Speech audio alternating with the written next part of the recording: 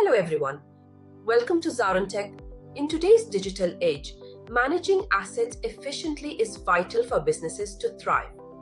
With SAP's New Asset Accounting, organizations can streamline asset management processes and gain valuable insights. Let's dive into one of the fundamental aspects of SAP, New Asset Accounting. New Asset Accounting in SAP revolutionizes how businesses manage their assets, offering enhanced functionalities and greater flexibility. It's a crucial module for organizations looking to streamline their financial processes and improve reporting accuracy. Implementing SAP's New Asset Accounting can lead to up to a 30% reduction in errors related to assets. This results in cost savings and better compliance.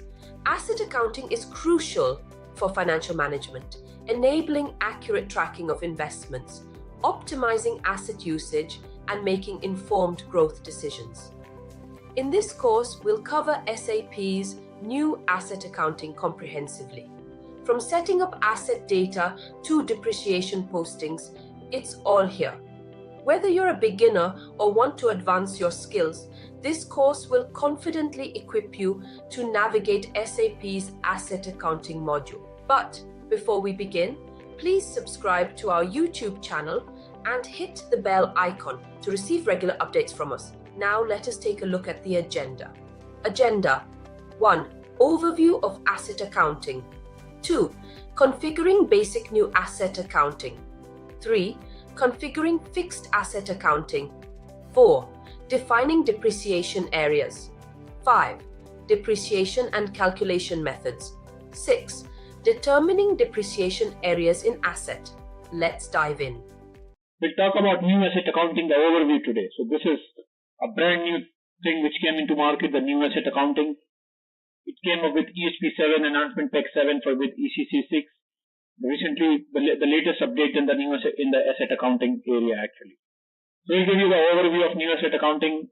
But before we get into New Asset Accounting, let's understand at a high level what is asset accounting. For those who are very new to this area, let's understand what is asset accounting as an overall solution. Asset life cycle. So we'll talk about asset life cycle first as a business process before getting into system. So asset life cycle is something in the organization we use the asset as from acquire to retire. So what happens is, let's understand what is asset first. So asset is something which you purchase as a capital item, as a balance sheet item in the books, and you use it for a long time. It's not something you use it today and it gets over. It's not an expense. That's an expense actually which you use and gets over. Asset is something you keep it for a long. Building, you keep it for so many years. Machinery, you keep it for multiple years. Vehicles, you keep it at least for 5-7 years. So all those are assets. These are part of balance sheet of your books, and you use them continuously. And during the life of the asset, let's say you are using a vehicle, you are using it for 5 years, you depreciate that asset. Depreciation is something that the reduction in the value of the asset due to normal wear and tear. When I say normal wear and tear, it means you give a depreciate, let's say you assume that every year my vehicle will reduce by 20%. So next 5 years, my vehicle value will be zero actually. So at that point, I can retire my asset, my vehicle. So let's talk about asset life cycle. So number one step is the create asset record.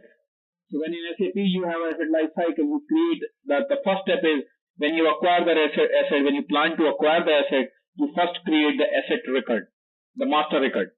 With that record, you get the number generated in SAP, and that number falls under certain class, under certain criteria. For example, it can be under buildings, it can be under vehicles, it can be under machinery, which justifies what type of asset it is. Then once you create an asset number, then you acquire an asset. You can acquire through normal acquisition happens through the purchase order. Of course, not land and you purchase building through purchase order, but let's say you are purchasing a machinery. You create a purchase order, and when the invoice gets booked, your asset gets debited and your vendor gets credited. And when you make the payment to the vendor, your vendor is paid off. Finally, you have the cost of the asset in your books, in your balance sheet. Then you start using it. Let's say you determine the life, you purchase the vehicle, you determine the life, let's say 5 years, you start using it from today, and you say, okay, in 2016, the value is 100,000, and it should be zero out by 2021 in next 5 years. So every year there should be a depreciation of 20,000. So during the life of the asset, you do normal, regular activities. You can change the asset master record, you can change the number, you can change the category, you can transfer the asset from one company code to another company within your entity, one location to another location. You play around for next 5 years. Or of course, you depreciate, you maintain, do the maintenance, you spend money on the maintenance of the asset, you do your insurance, you do all those different transactions on the assets. And depreciation is something which is a planned depreciation during the course of the asset. And once at the end you determine, okay, now my asset is complete, it's 5 years, now you have option of selling, of scrapping it. Now in scrap, you have two options. First is, you sell it with some value, that's a sale. You sell it to some customer, that's a sale. Another is scrap. You scrap it with a zero value. Normally it doesn't happen if you are selling an asset, let's say even a vehicle or a car after 5 years, you are not going to sell it for a zero value. You are going to sell it for at least for some number. So that's normally a sale. Scrap is something zero value, then it's known as scrap. And once the asset is scrap, it is out from your books. You retire the asset, the cost gets zero, you book the gain on loss, and you have to a P&L, and your asset is going out from the system. So at a high level, that's an end-to-end asset life cycle from acquire to retire, and that's how the flow goes on. Now let's talk about asset accounting as a SAP solution. So asset accounting is a subsidiary ledger of financial accounting. The appropriate GL accounts are updated each time we post. Asset accounting is a subsidiary ledger or a sub-ledger, you'd normally say. It's connected to the GL account behind the scenes, and when you do some activity on the asset sub-ledger, automatically the GL gets updated. So you have asset master record, you purchase a value of 1,000, and at the same time the GL gets updated for the 1,000. So when you report your balance sheet, you have the value you don't report it by asset, you report it by GL. So you see you have 1,000 being visible in the books when you report to the authorities. So that's a high level business process. So we have org structure, we have master data, we manage assets. I'm just talking about the asset accounting, so we have overall business processes. Then we process asset activities. We just talked about depreciation, transfer, change, retirement.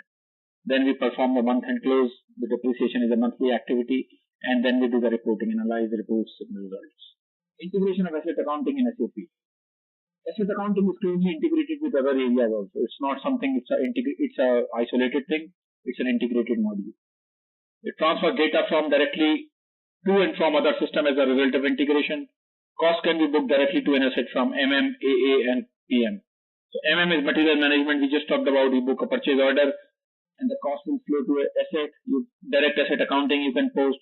PM is a plant maintenance. So you have your equipment created in an asset, and when you post the maintenance cost on the equipment, it gets posted to the asset. Cost can be booked to an AUC and then settled to an asset. So you can also book an AUC. AUC is under construction.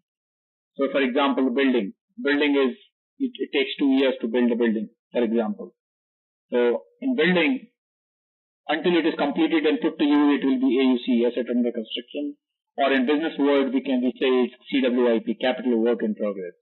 And depreciation cost can be planned and then posted to GL. So based on the depreciation calculation, it will show you the planned depreciation, and then every month it will post the depreciation. So this module is closely integrated with other areas as well. I'll talk about this few minutes. Let's talk about org structure. So org structure of asset accounting. So now the key step is the chart of depreciation. So the chart of depreciation is the directory of depreciation areas organized according to business management and legal statutory requirement to manage depreciation and valuation of assets. These chart of depreciation are usually country specific and are defined independently of other org units. SAP supplies a reference chart of depreciation for each country. So what happened is, chart of depreciation is a country-specific item. So for every country, you have different local laws of depreciation. You have to follow those laws. So chart of depreciation, usually SAP supplies by country, and then based on number of company codes we have in that country, we use it at a country level. For example, if we have in US we have 4 company codes, so all will use the same chart of depreciation. And it's the directory of depreciation area. So we'll talk about what is depreciation areas in few minutes. So that's chart of depreciation at a high level. Okay. Each company could use one chart of depreciation, chart of account, and one COD. All or several company codes can work with the same chart of account and the same chart of depreciation, as I mentioned. So, for example, in US you have 4 company codes. All 4 can use same chart of depreciation, but it is always country specific. The US chart of depreciation cannot be used by Canada. Germany cannot be used by France. It is always a country specific item, not company code specific, rather country specific. So let's talk about depreciation area. So that's one of the important items we need to discuss. Depreciation area is something which determines the valuation of your asset. For example, if you are a US company, you have valuation in US GAAP. You follow IFRS also. You have IFRS. You have local currency. You might have a group currency. You have tax areas. Tax valuation will be different for each asset. So the depreciation area is basically a 2-digit determination which determines the valuation level of the asset. For example, 01 is US GAAP, 34 is IFRS, 36 is local GAAP. Then we have 10 acres, US tax. Then we have makers, state tax. 19 E&P for US. 52 for India, we have India income tax depreciation. So all those valuation of the asset happen by country. Every country has their own requirements, so those happen by country. So that's why I said chart of depreciation is always a country specific item. Every country will have a different areas. Every country will have a different logic of calculation of depreciation. So that's why the number of the areas might vary. In US you might have, let's say, 4 areas. You have 01, you have 34, you have 30, you have 10, you have 18, you have 19. But in India you might have additional 52 and 36 for local GAAP and for income tax. Singapore you might have additional 15 and 16 for Singapore, Malaysia. And value can be different for all these depreciation areas. It depends. For example, if an asset is for $5,000 in US GAAP, it might be depreciated at a rate of 10% for US GAAP, but it might depreciate at a rate of 20% for US tax. For state tax, it might depreciate at 80%. It depends, all the calculation being driven by legal requirement and legal methods. We'll talk about more about chart of depreciation and company code in few more sessions. That's an overall introduction of asset accounting. So just to give you a high-level overview, again, we have asset accounting is a subsidiary ledger which is getting connected to GL. It is closely integrated with other modules. Chart of depreciation is one of the key items, which is a country-specific thing, and it is a list of, or you can say, the directory of depreciation areas. In continuation with our previous topic, we will be talking about, we discussed in the last topic where we were talking about new asset accounting overview and how new asset accounting will work in Simple Finance as well as in EHP 7. So today we will talk about, some changes in new asset accounting has been introduced, which were not there in Classic, but these are specific to new asset accounting, and those are functional changes related to fixed assets. So let's talk about the benefits first. What benefits companies are getting for implementing new asset accounting. So unfortunately, for companies who are going to Simple Finance, there is no choice except new asset accounting. Although in EHP 7, you have a choice whether you want to do classic asset accounting or new asset accounting.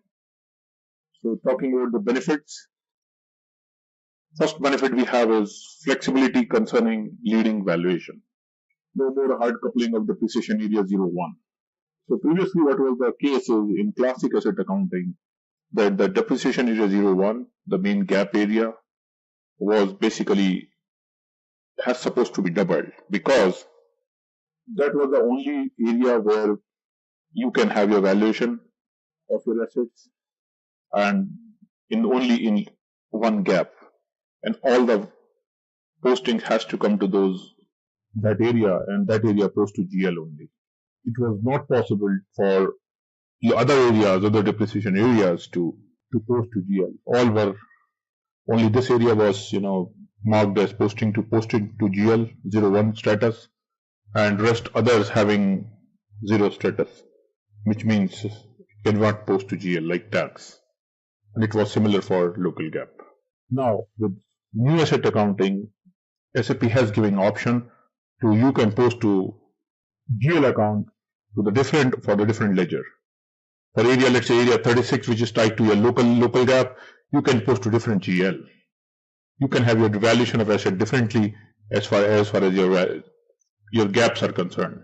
It's not only you are mandatorily being forced to value your asset only at one gap. Only one depreciation area per valuation necessary, no further depreciation area necessary to portray a parallel valuation. So previously what was happening is you have a US gap, you have local gap. So one area was posting to GL, and for other areas you need to create a delta depreciation areas.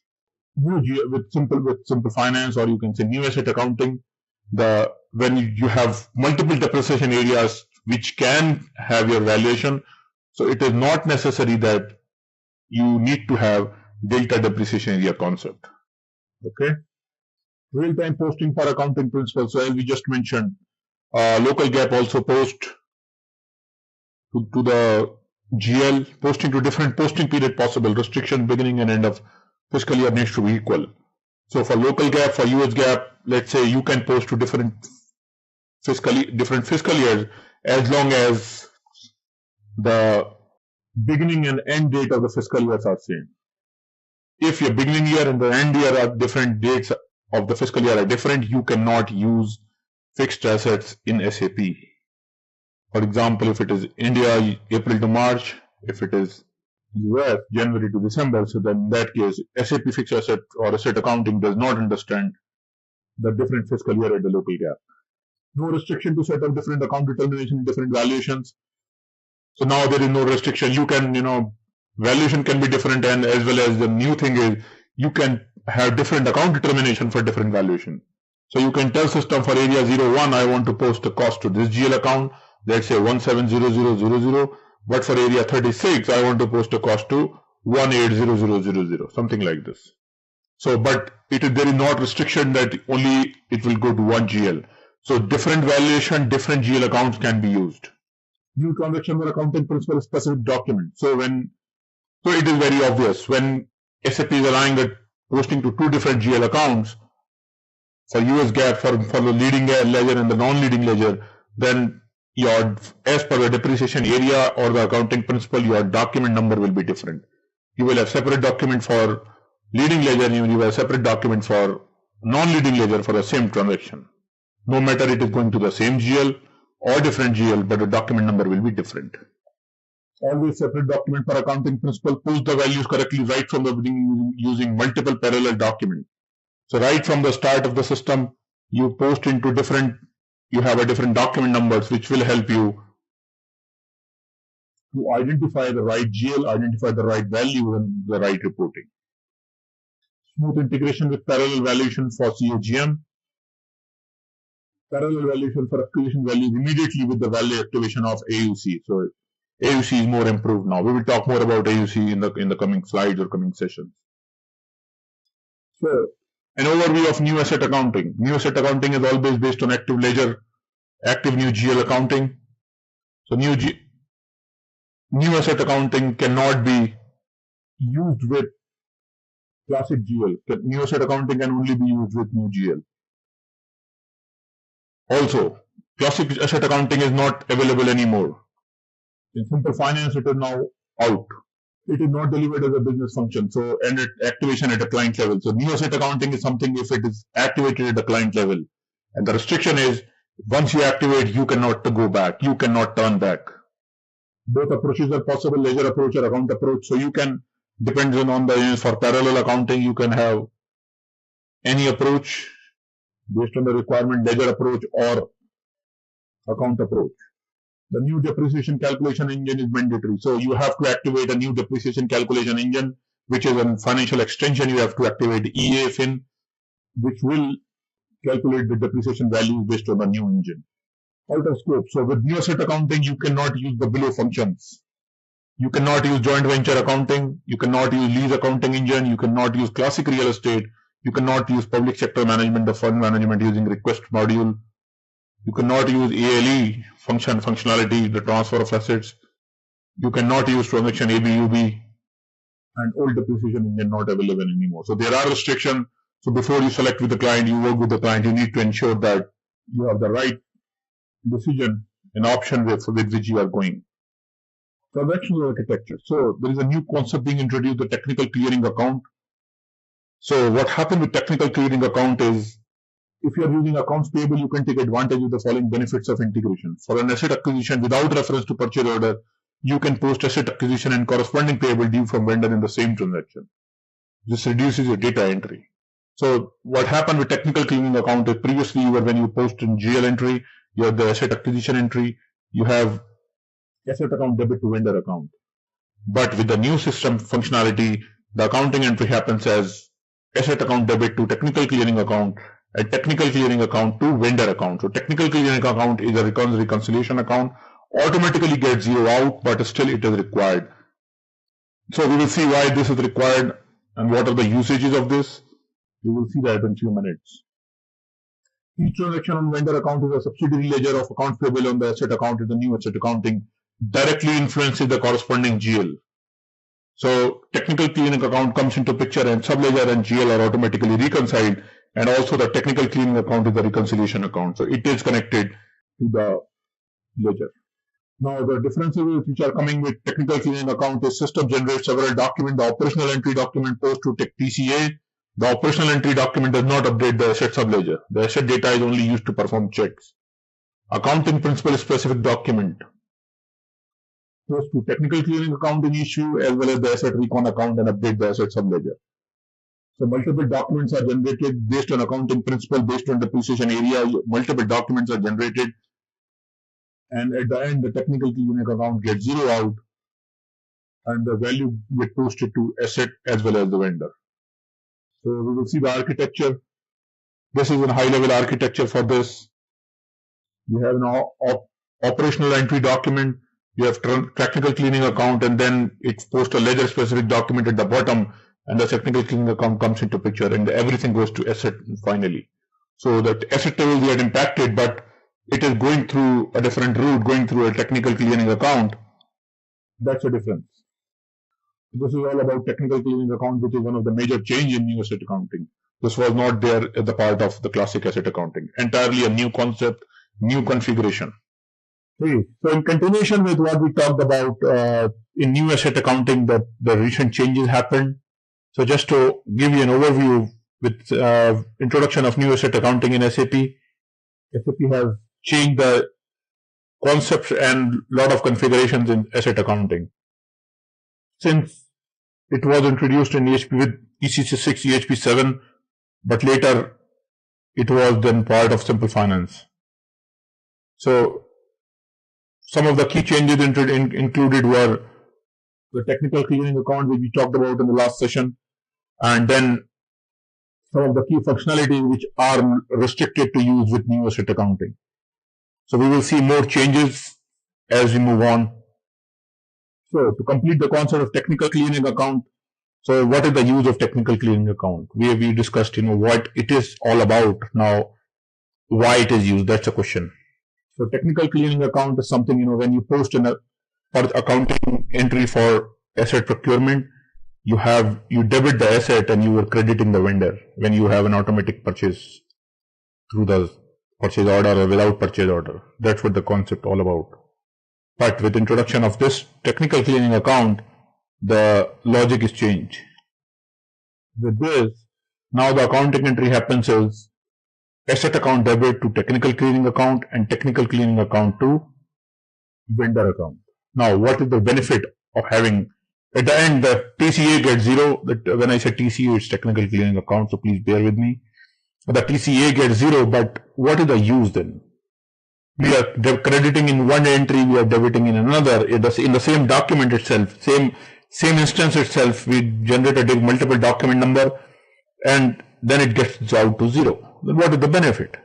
This is a very logical question, some of the clients asked, and it was important to explain them, to convince them then why this is introduced when everything was fine. So till now, there was no concept of parallel valuation posting in accounting, in asset accounting. So parallel valuation was there, but parallel valuation, posting to different GL account as per the ledgers were not there. So now with new asset accounting, what you can do is you can post to GL at a leading ledger at different GL and the non-leading ledger at a different GL. At the same time, you have new functionality where you can capitalize the asset at one gap and let's say non-leading ledger, and you expense the out at US gap. So this is a very normal situation. So taking an example of US and India. So in US, anything which is $5,000 or plus is a capital item. But in India, anything which is a 5,000 rupee INR item plus is a capital. So now if you convert 5,000 INR into USD, it's somewhere around $100.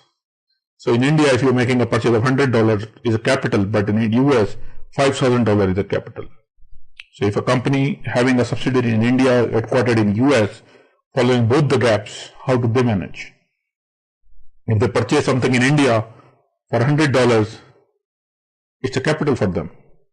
And how a system should expense out at US gap.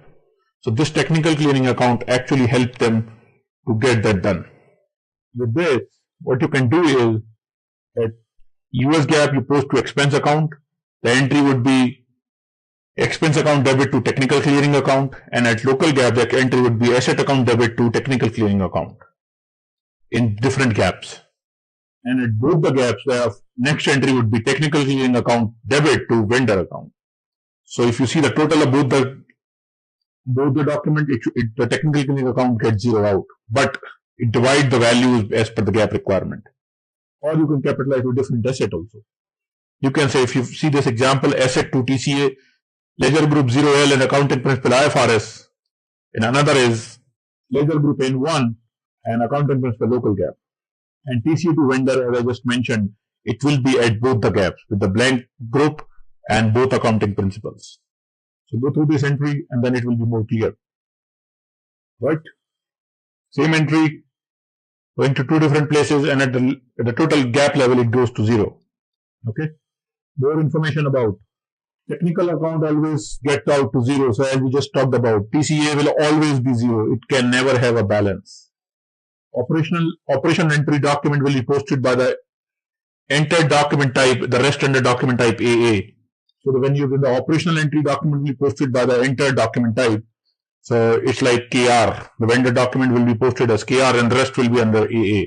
Accounting principle specific document will always be created. So system will automatically create an accounting principle specific document. Using different recon account per accounting principle is possible. So we just talked about that. For leading ledger, you can have different GL. For non-leading ledger, you can have different GL. Technical clearing account will always be posted even if it is a certain accounting principle not represented on the asset. In this case, 100% IFRS and 0% local gap. Posting will be redirected to account for non-operating expense. So it will always be posted. No accounting principle is represented on the asset by area which post APC.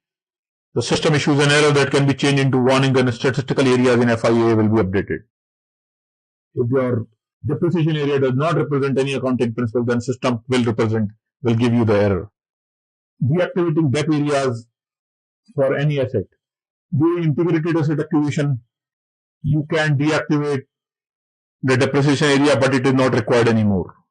So what you can do is, while creating asset, you can deactivate that. I don't want to purchase to this asset, then system will understand, okay, this area is deactivated for this asset, and it will allow you to move forward. Only relevant accounting principle needs to be represented on an asset by the corresponding depreciation areas. All posting issued with FIA will only affect those accounting principles which are relevant for the involved asset. So if the area is deactivated on the asset, then it will not impact that accounting principle. P&L posting for all other accounting principles have to be handled manually by the end user. If a certain accounting principle is not represented on the asset by an area which is post APC online to GL, the posting will be redirected to account for non-operating expense. So it can post directly to expense if it does not found the area there. If no accounting principle is represented by the asset on the asset by an area which post APC, system issues an error that can be changed into warning. So you have option to change that. Another change is the settlement transactions. So previously, when you were settling the AUC2 asset, the transaction AIAB, you settle it, you maintain the rule once, and system automatically posts to all relevant depreciation areas. But in new asset accounting, what you have to do is you have to assign the settlement rule per depreciation area, and then system will settle according to that. It can be same settlement rule. You can replicate for area 1 or area 36. It can be different. For example, for one area it can be expense, for another area it can be capital. But you have option to segregate the settlement rules. Controlling generates accounting principle specific posting as well. SAP Control CO module also generates accounting principle specific document. So this is how it looks like. You can settle to one, for one area you can settle it differently, for another area you can settle it differently. Another concept is the appendix ledger. This is the very, very new thing. So before we wrap up, let's talk about appendix ledger in new asset accounting. So what happened was, I'll give you the background. With the introduction of new asset accounting, when we have different fiscal years for countries like India, US, so SAP was not allowing any configuration for the countries having different fiscal year, because it says the fiscal year is different for the local gap. So then the solution came up was, you create an appendix ledger. Now this is known as extension ledger, and then you club that extension ledger with the local ledger, and then you make a ledger group, and you assign that ledger group to area 36. The moment you assign that area to area 36, you can use asset accounting. System will allow the configuration to move on for the configuration. So with SAP Simple Finance, SAP brought out new asset accounting, which basically allowed to maintain ledger accounting principle. We first assign an accounting principle to a ledger and company code combination. So that's what we do. So this was the need to have the configuration in place. Otherwise, system was not allowing the configuration for different fiscal year countries. Okay, so those were some of the key changes which were introduced in new asset accounting. So as we move forward in coming sessions, we will talk about the configuration of new asset accounting, and then we will move forward with the system, and we will show you how the configuration works, how it is integrated with GL, and how changes being introduced and how the transaction works. So till now, what we discussed is, we talk about new asset accounting, basic overview, how it works, what has changed. But now we will get into the system. We'll configure the new asset accounting. The system we have in front of us currently is S4 HANA system. You can see at the bottom, I'm targeting the cursor. It's S4 HANA system, where SAP has changed the asset accounting from classic to new. In EHP 7, we get an option to select from classic or new, but in Simple Finance or S4 HANA, there is no option. It simply says only new asset accounting. Okay, so we'll start with end-to-end configuration. We will see how that goes. We will start with the new company code, fresh company code. We will do the basic configuration for the ledgers, because the ledger is playing the important role in new asset accounting. So we will configure that end-to-end. So let's start with this. We will create a company. We'll create a company code, and then we will move on. And that company code will be base of this entire training session.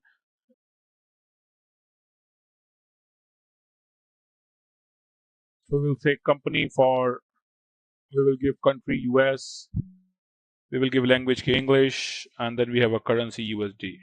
And then we save it. We will have a new transport request. We will create a new request there. New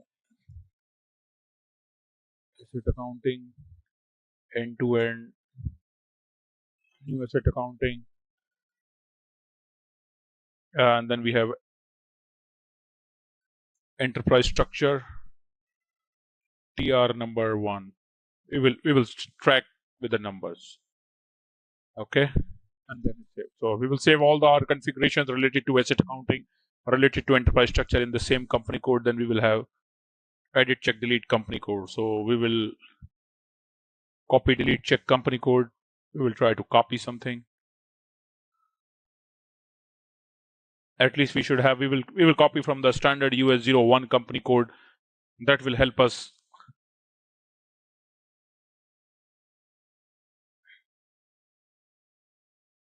and we will say AA01. Only copy the GL accounts if you want to look at the same chart of account as the source company code. Yes, I want to copy. Yes, I want to copy. Number range, yes. So I'll copy everything from enterprise structure perspective. This more easy job. Rather creating everything fresh, I'll have a new one. Yes, I will transport this. I will say okay.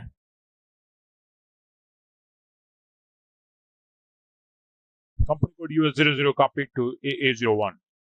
There we go. And there we have. So now AA01 will have all the features of US01.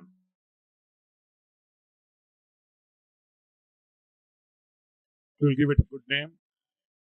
Appliance, better. Okay. And we will open another session and we will see the global assignment of this company code. What all is assigned? Because we have to make a copy. So it's OBY6, where we can see the global settings.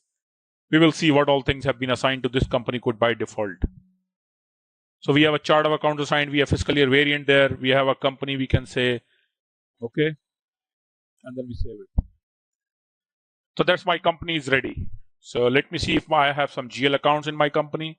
If I go to FS00, I should be looking at some GL accounts. I should have something in my company. AA01.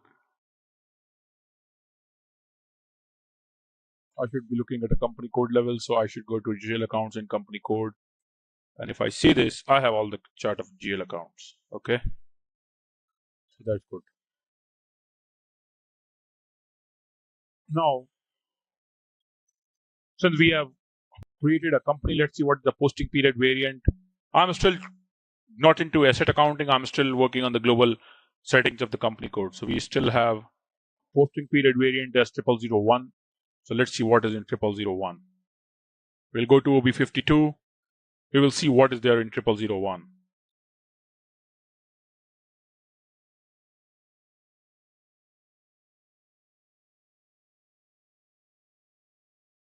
Now we'll go to financial accounting global setting. The main configuration starts from here, where we have the GL setting, we have the ledger settings, we have all the key settings there.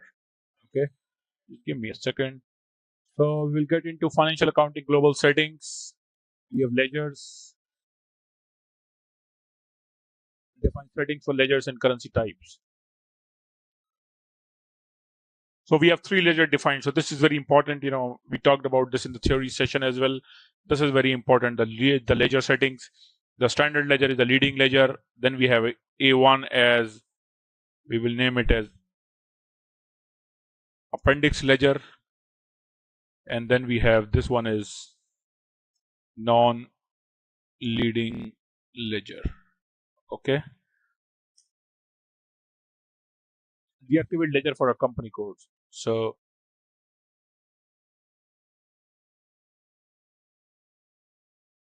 we are not deactivating anything.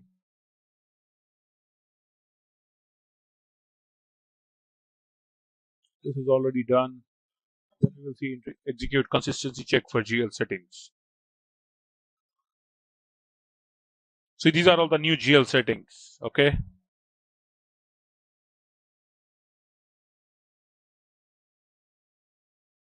Let's see we have a number range or not.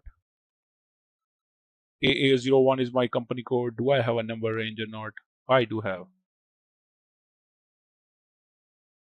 I should not have any external number range. Okay. There we go. We say okay. Now let's try to post a JV, because that will help us to understand whether the system is working fine or not. So we will go to FB50.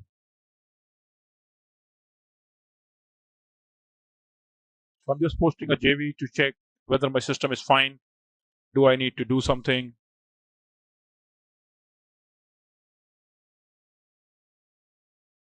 So I'll say debit my,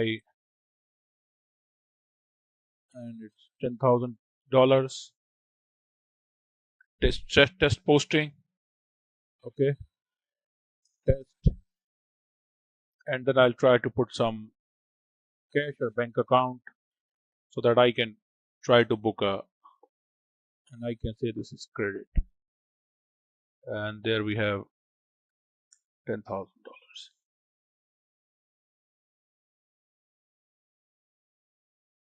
Okay, so there is a tolerance still not defined. We have to define the tolerance.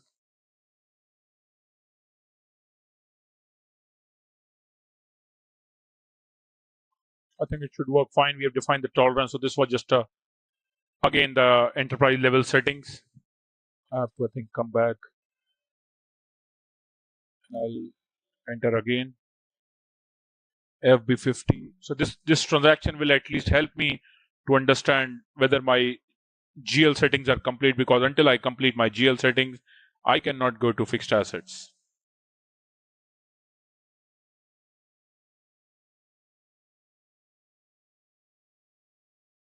I'll select cash.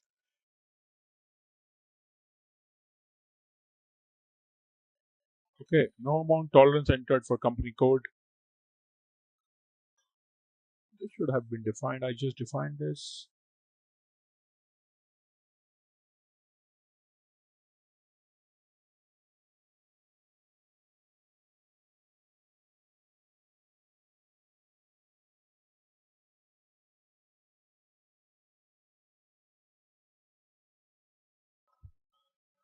I think we should be good now. We should be able to post a JV. Once we post a JV, we should be moving ahead with.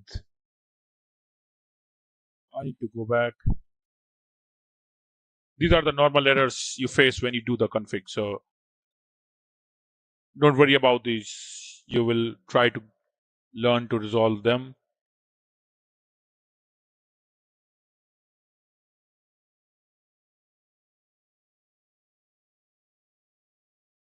That's better now. It requires a cost center, and I should be giving my cost center to which I want to put the cost. So now I have to do my CO settings first. That's what system is saying. So let's go to controlling area. We'll go to config. We will go to enterprise structure. We will go to definition. We will go to controlling, and we'll go to maintain controlling area. Okay, so this is what we have.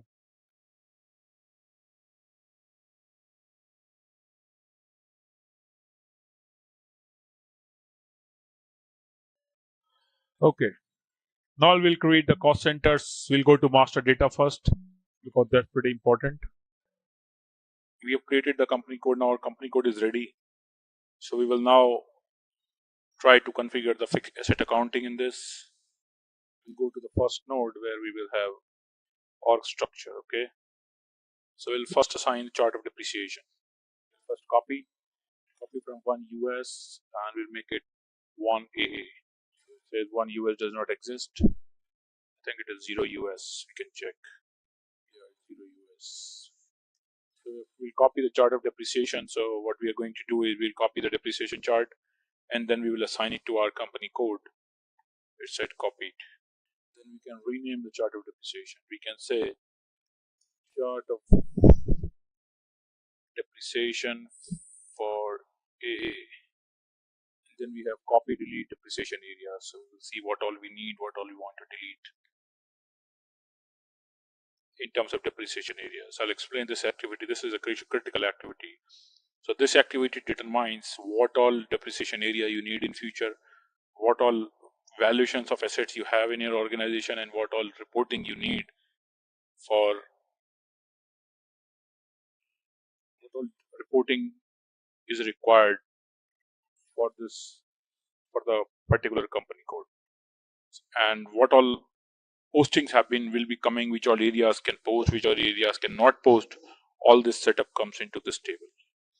Okay, so you can go through this quickly. Then I'll delete some of the areas just to show that how can we delete the areas. So let's take an example just for the sample purpose. Let's delete these two areas. We don't want them. Okay.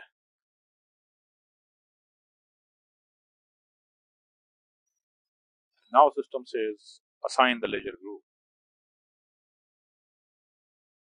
It This is the accounting principle or the ledger group where you need a parallel reporting.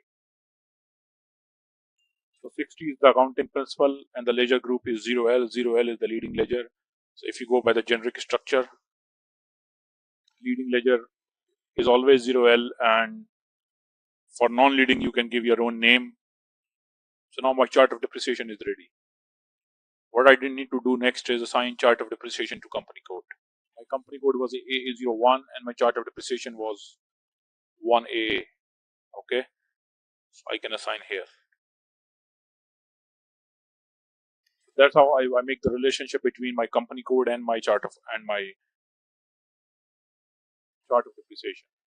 So these are the global settings or structure setting. There is another org structure setting is the number range and the asset class. So number range is something, SAP gives you two options. You can have a number range from one company code. Let's say you have 50 company codes.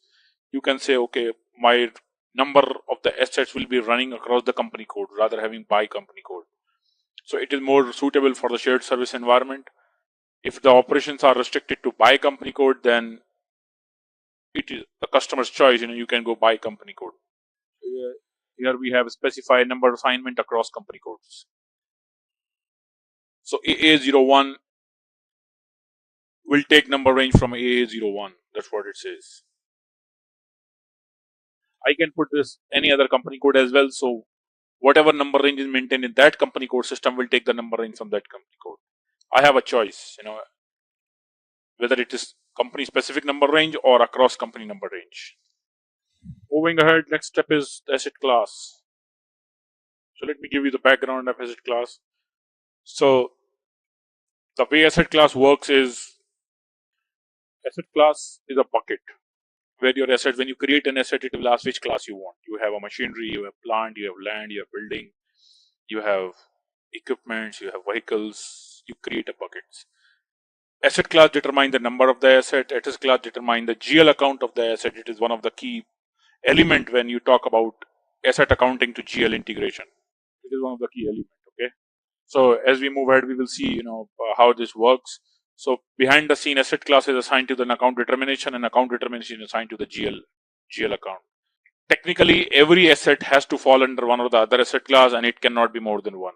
You cannot say that this is an asset, X asset is falling under asset class machinery and asset class equipment. No, it has to fall under only one and only one asset class.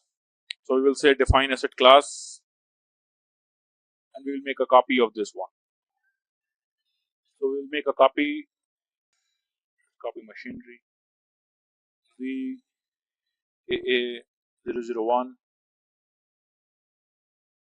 Okay, we'll copy another one. We'll have at least 3 asset class. We have this one, ZAA002. Then we will have, let's copy vehicles, ZAA003. Okay, so let us see what we did.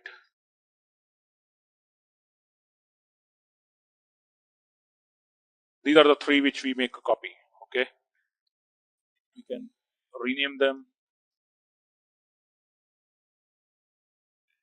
And now we will see what all is sitting in behind the scenes. Okay, so here what we have is asset class number, we have asset class name, then we have account determination. That's what I just said. The account determination is something we drive the GL account. Okay, so this is driving the GL account behind the scenes. Then we have number range. Which number range the one is copying? Here we have 03. Let's see what we have here. Here we have again, sorry, here 03. Here we have 02. Okay, so this is driving the number range. If you want to block the asset class, you can lock this one. Asset class is locked, so it will not allow anything. If you go through the help, this indicator prevents to new asset being created in the asset class. So system, whenever you want to create asset in this, system will say this is blocked, you cannot create it.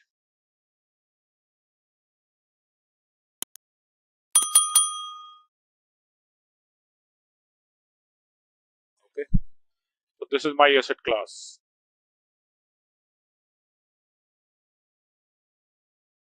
Then we come to account determination. We just looked into this.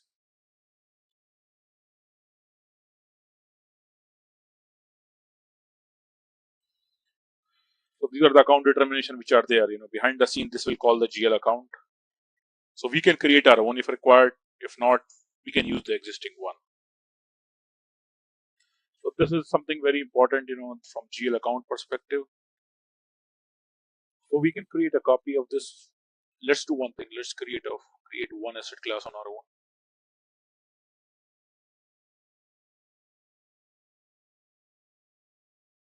Now Z001 we will assign to our asset class.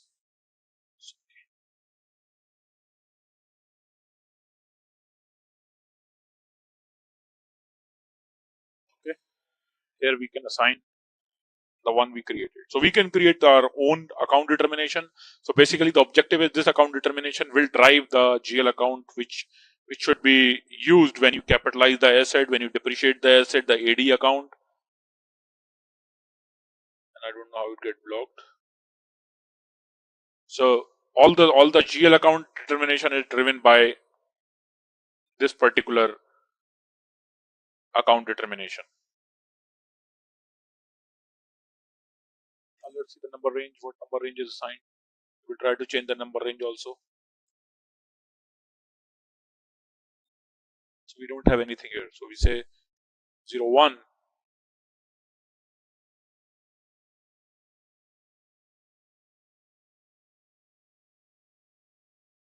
I'm just creating a very real example that's how it works normally. 29903 because we have created 3 asset class, so I'll try to ensure that I assign each of them to different one.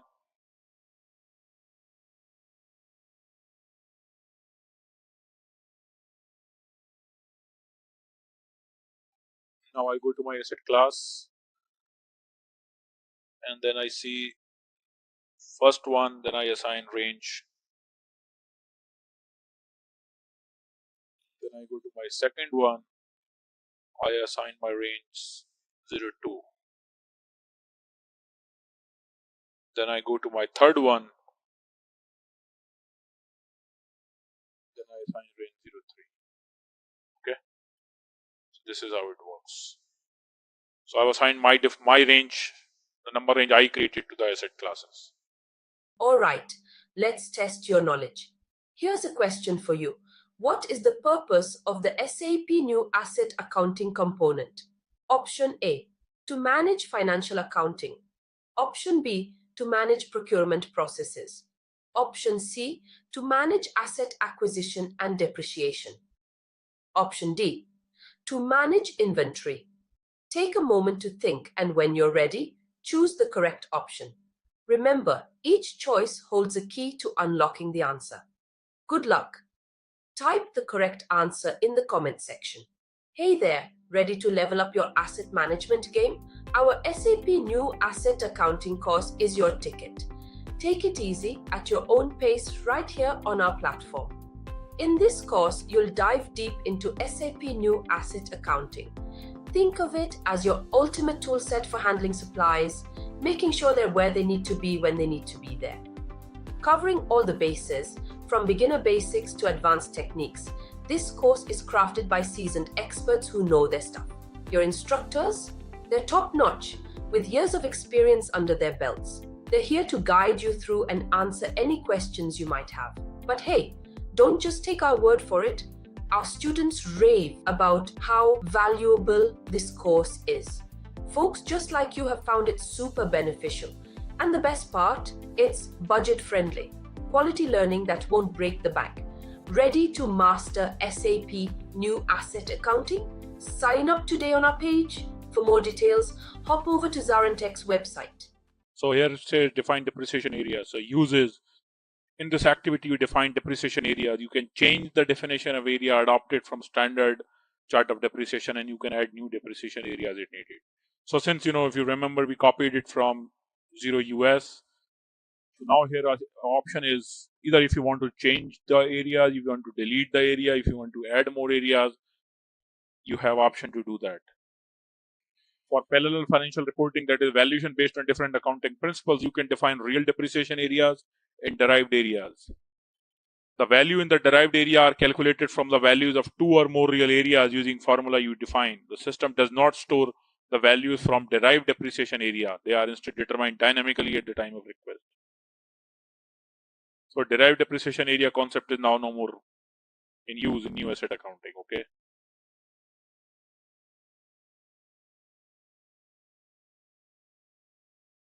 So this is what we have at this point.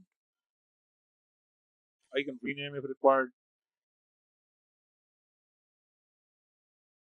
US GAAP, local currency,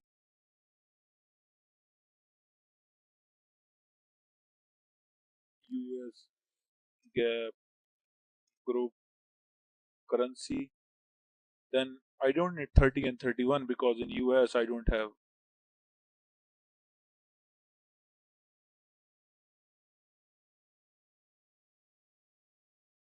Okay. Area type.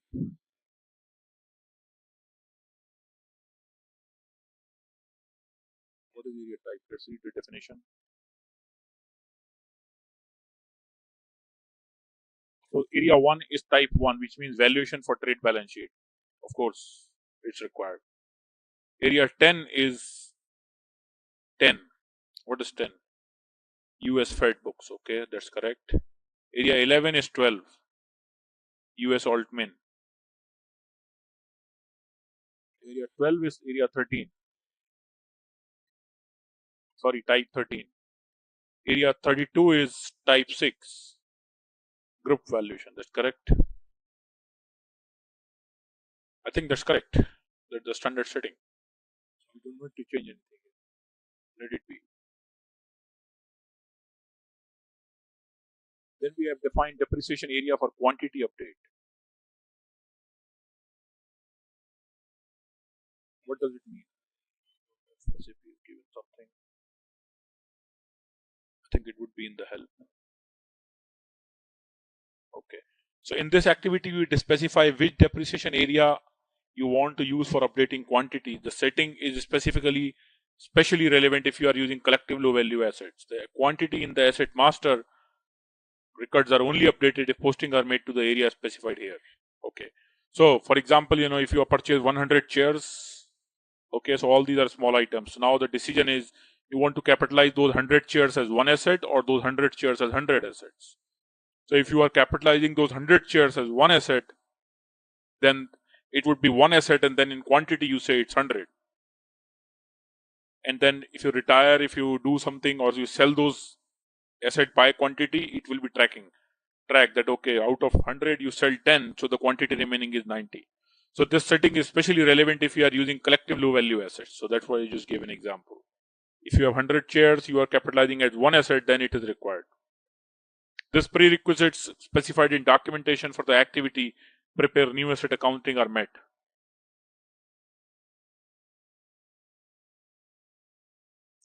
Standard setting for the purpose of compatibility with earlier versions, the system uses depreciation area 1 for updating quantity unless you specify a different setting.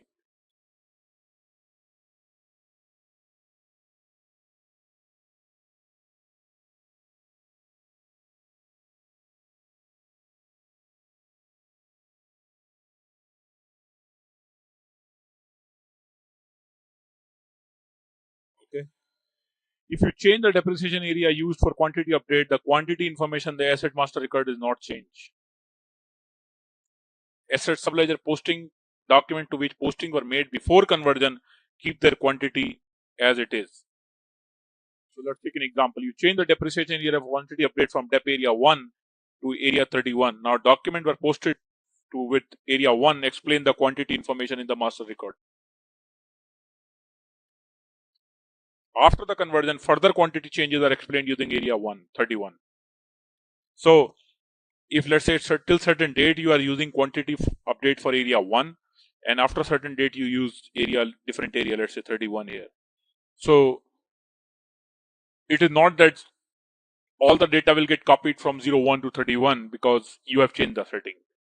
So the history will be maintained for area 01, and later when you get the new assets, therefore those area 31 will get updated. Okay. Specify a transfer of APC values. This is very important. In this activity, you define transfer rules for the posting value of depreciation areas. What happens is, when you have two areas, we just saw the example area 1 and area 32. Okay.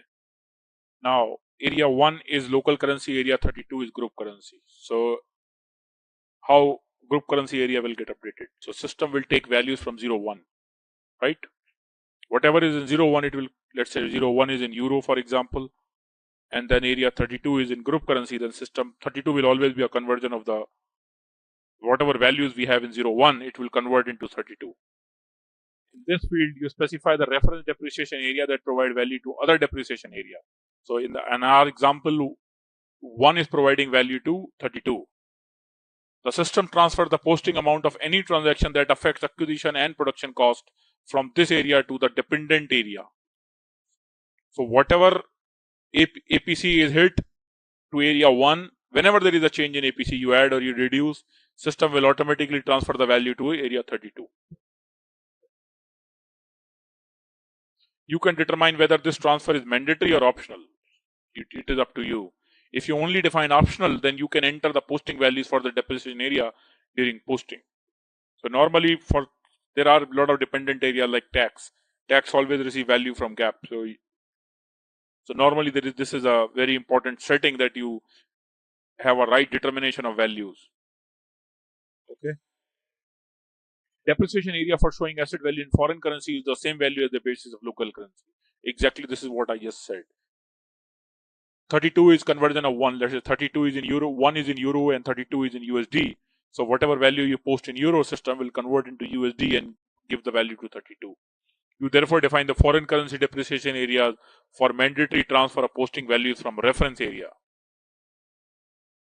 Note that the transfer of APC values is only possible from area from which same accounting principle is assigned. You cannot transfer from leading ledger to non-leading ledger area. Those areas should always lie within your same ledger. So let's see what we have set up the rule. Okay. So we are saying 00 will always post. 00 means it will get the real posting. 10 will get a copy from 1. 11, 12 will get a copy, and 13, since they're all tax, they'll get copy from 10, and 32 will get a copy from 1. Now, there is a reason why 11, 12, and 13 are 10. It could also, you can also say that why we are not putting 01, because 10 is also a copy of 01. Now, if we make some adjustment in 10, it's a tax adjustment, and we are not making that from 1. So, if we specify here all 1, then these areas will not receive that adjustment. So, since all tax areas should be aligned, that's why we copy all those areas from the right tax area. Set this indicator if you want to ensure that the system transfer all APC related posting to this depreciation area from the transferring depreciation area for no opportunity for changing the value. So you have to set this indicator saying that I just need a copy, don't play with my numbers. Whatever is there in the main area, copy it to the next area. Specify transfer of depreciation terms. So as we just saw the logic for APC cost, same works for depreciation terms. For every area we have own depreciation term like default useful life, depreciation key. Now area 1 and area 32 are a famous example. They will always have a same depreciation terms, right? The only difference is in currency. The asset should have the same life, asset should have the same depreciation in those two areas, right? So when we do that, then we define the takeover terms. So 00 is actual.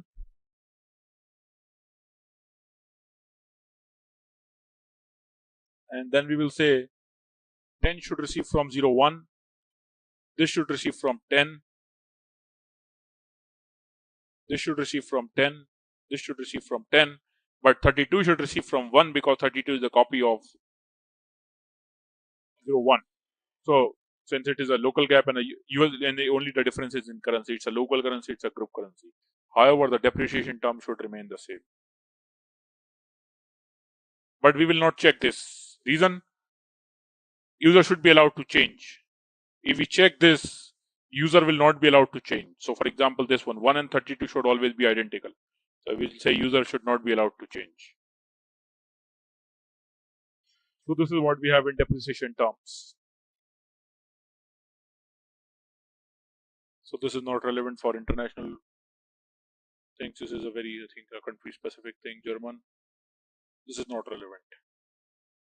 So if you go to the summary, we completed org structure, we completed integration with GL, we completed general valuation, we completed till depreciation areas. So we will continue with the last topic. We completed till here. Specify memo value. Now we'll go to the next topic, which is fiscal year specifications. So number one is the fiscal year variant. So to explain you what is fiscal year variant is something, like for one company, we are following the January to December fiscal year. So we define a variant in the system and we assign it to company code that determines which period will be 1, which period will be 2. For example, if the fiscal year variant is K4, it's the name of the variant. Then we will have K4 means April to March. It means period 1 will always be April. It can be, let's say V3. V3 is again a standard fiscal year variant, which is January to December for the US companies. Okay. So let's go into fiscal year variant. Specify other variants on company code level. What does it mean? So in this step, you specify fiscal year version of asset accounting on company code level that is different from the one in FIGL. So your main fiscal year is in FI, okay? But here you can specify different fiscal year variant at a company code level. Recommendation is usually you do not need a different fiscal year version for asset accounting. If this is the case, you do not need to make any system settings here. So it says you can determine different fiscal year for asset accounting. Let's see what are the options. Even though it is not recommended to do, but for learning purposes, we can go into this and we can say, okay, for this company code, follow this fiscal year. I can specify any other. Okay. Let us first rename the company. Not looking good. Our company name still sees country template US. That's not looking so good. This one. Let's name something.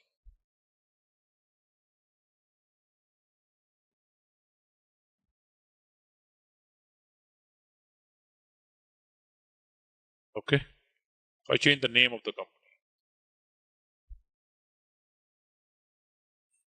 Okay, so the next topic is allow different variant for different depreciation area with GL integration. What does it say?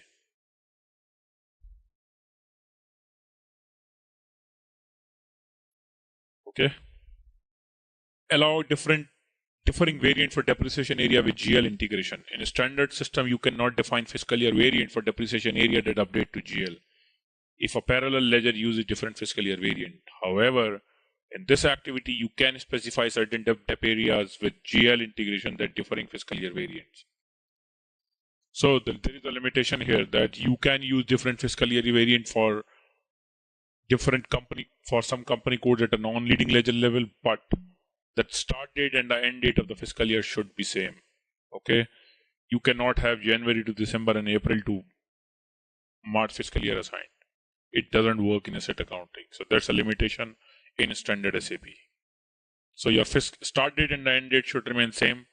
Your fiscal year, your periods can be different, can be opened and closed on different dates. So that's how it works.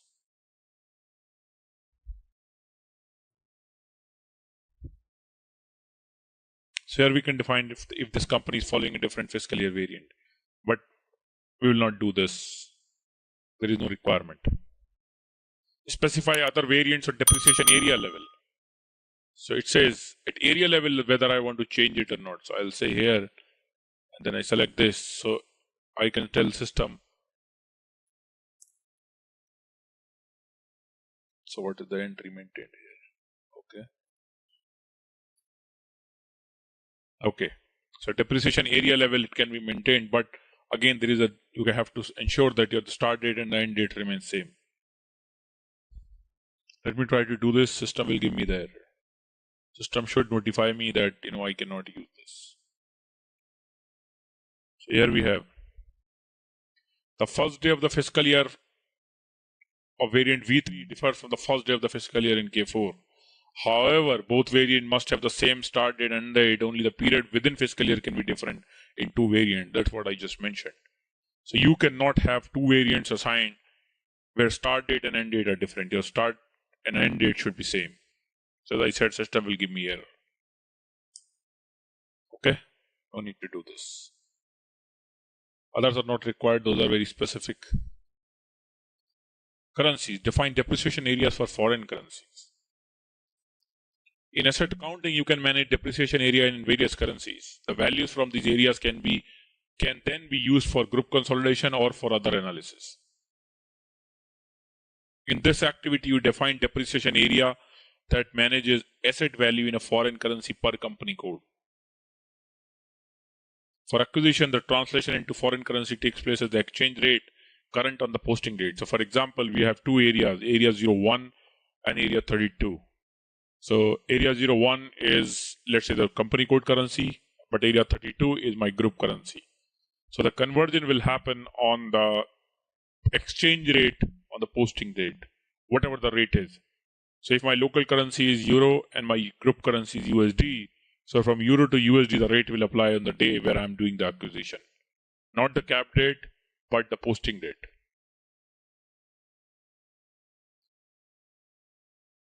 Okay, so you need to maintain a daily exchange rate. That's very normal. A business has to maintain exchange rate, not even for assets, for other transactions. So here we define which currency my company uses. Like 0001 is USD. I can change group currency to, let's say, I'll make it my company is headquartered in Europe. So I'll say it is in euro. But tax areas I will maintain in US. I can save it. Then system will convert from USD to euro on the exchange rate whenever I do the acquisition. Specify the use of parallel currencies. Big one. If you use parallel currencies, assign a currency type that is suitable for the given parallel currency to a depreciation area. For the legal consolidation of your assets, you might only need foreign currency amounts, but not need a use a different basis of valuation, right? So you might need a different currency we just saw, but valuation will be same. For example, 1 and 32, valuation will be US GAAP, but currencies are different. So if we go into this, chart of depreciation was parallel currency is not possible. See long text. Okay. So, however, none of the company code assigned to this chart of depreciation currently uses parallel currencies in GL.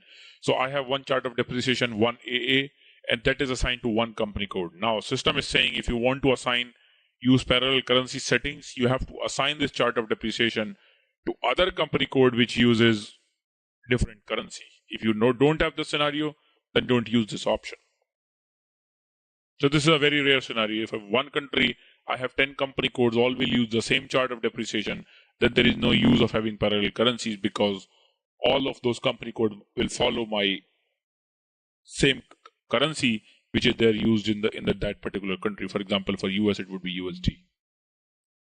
Group assets.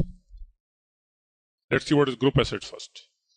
As a general rule, the system calculates the depreciation level of the individual assets.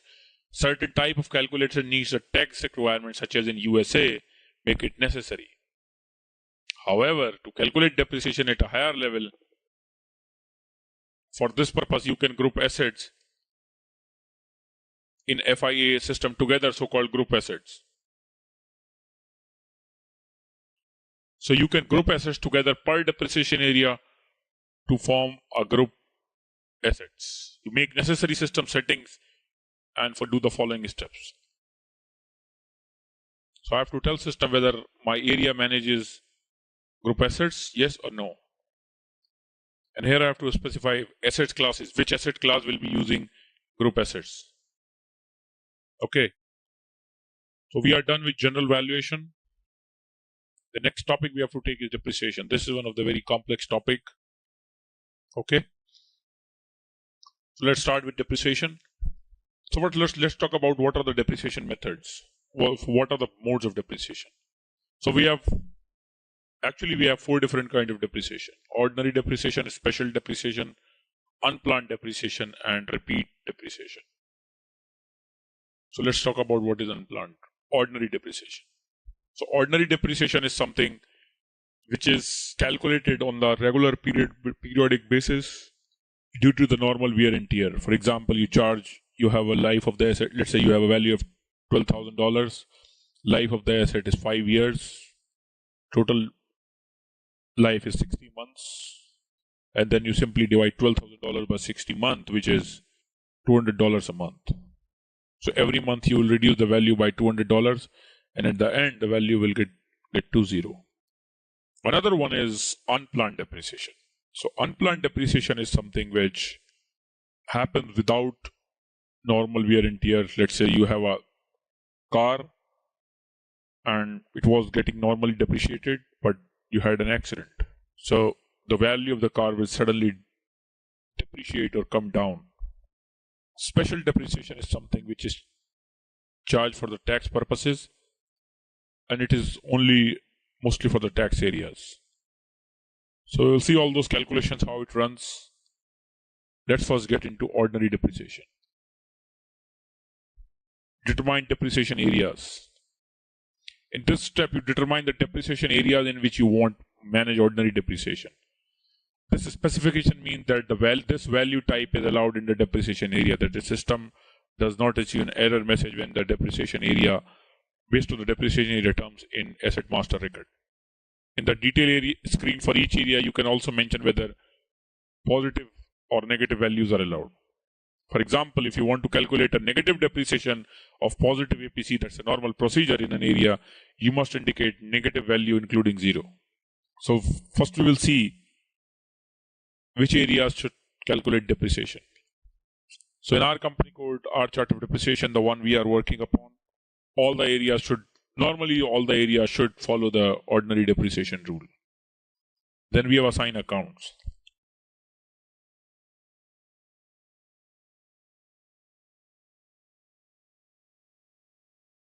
Which account should be used for posting?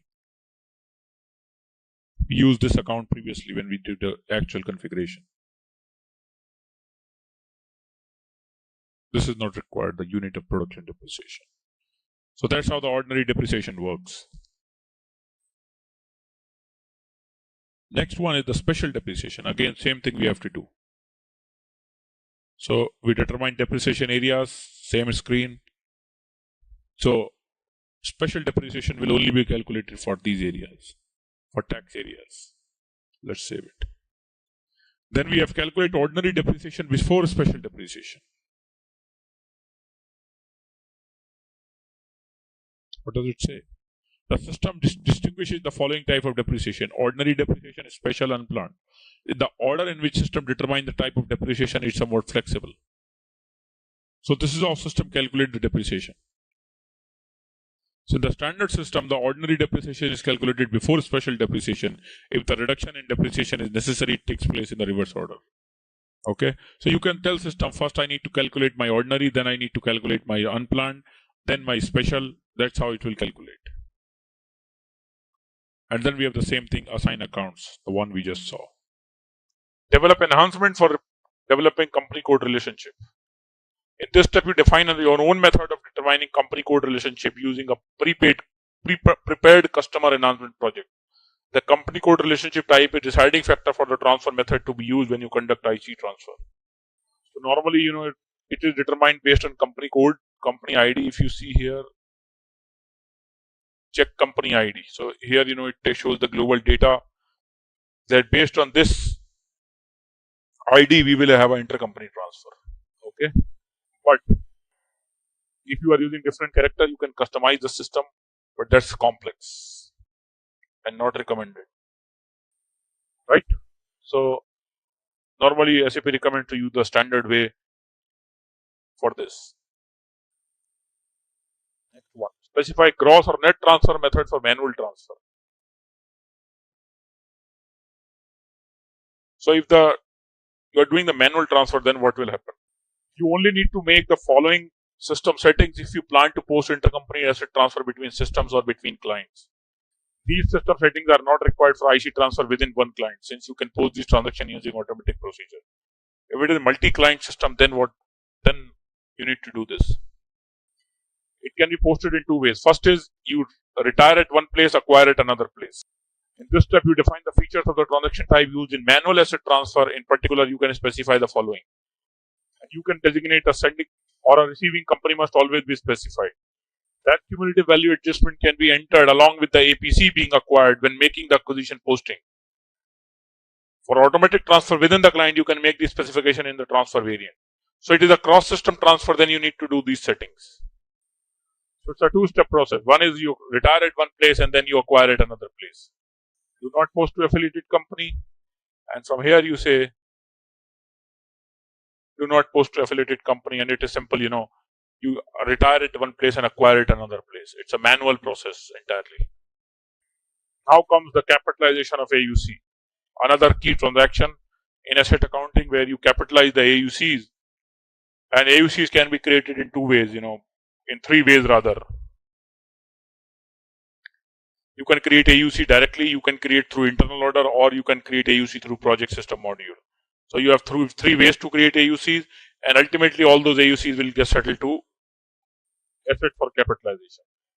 First is define transaction types. So in transaction type, here you define when you are acquiring asset of the prior year acquisition from investment measure. Investment measure is a project or internal order. So here standard SAP has given the transaction types. You can use them or you can customize them as per the requirement. Allow transfer transaction type for asset class. This is again, the down payment one. This is important. Determine cost element for settlement to CO receiver. When you settle an asset with the line item management, it is possible to settle debits to CO receiver. This might be necessary if debits were capitalized to AUC by mistake. The system requires a cost element in order to make this settlement to CO receivers.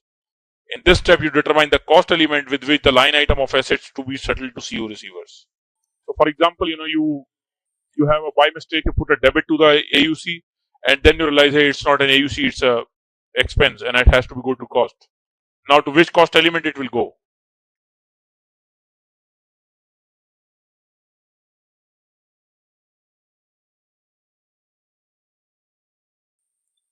Cost element for settlement AUC to CO objects. So you can settle the AUC to CO object to cost center, but for that, system will ask you to give me the cost element. Okay, then you have to give the cost element. Normally, this happens normally by mistake only. That you capitalize some expense on AUC and then you decided it is supposed to be. It is not an asset. Now, where to settle that AUC? Value is already standing in AUC. Then you can settle that to P&L. Settlement profiles. In this step, you define settlement profile for settling AUC. You can store one profile in the customizing definition of each company code. The system then uses this key when there is an asset under construction to be settled at company code. For settlement of AUC, SAP delivers the standard profile as a standard AI. So when you settle the AUC to an asset, SAP asks you what profile you need. The one which standard SAP provides. What is this? So it says to be settled in full. Object type is FXA, which is an asset. Document type is AA. Percentage settlement allowed. Amount settlement can also be allowed by amount. And then here you have option valid receiver. Who should receive the asset? The value from AUC. So AUC will send the value to the asset. That's why it says settlement required.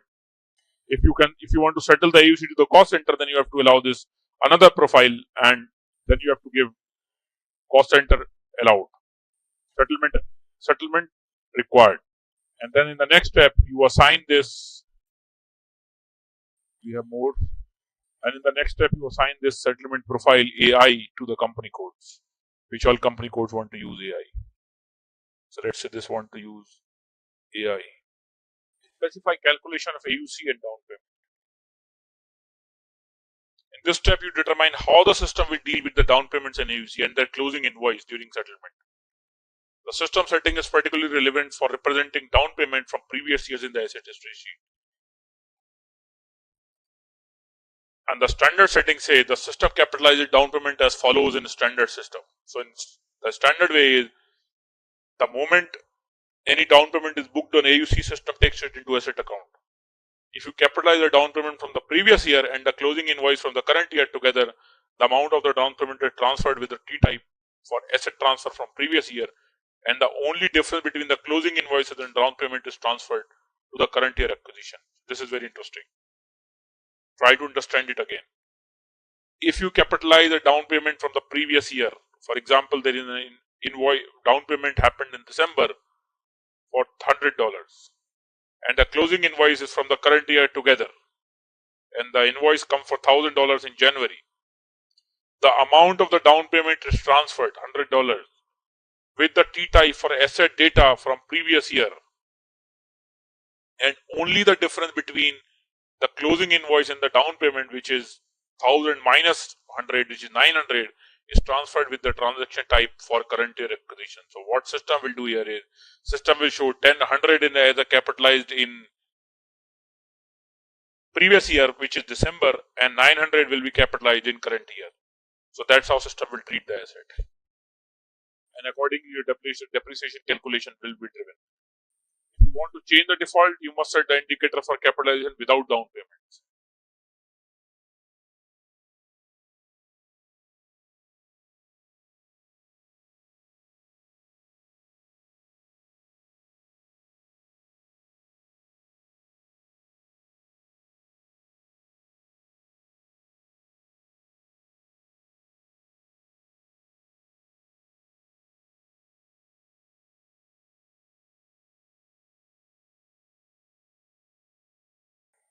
Indicator transfer down payment from previous year. When you set this indicator, system ignore down payment during the line item settlement, and the total amount of the closing invoice is then always transferred to the capitalized asset using the base of the year at the current year at the closing invoice.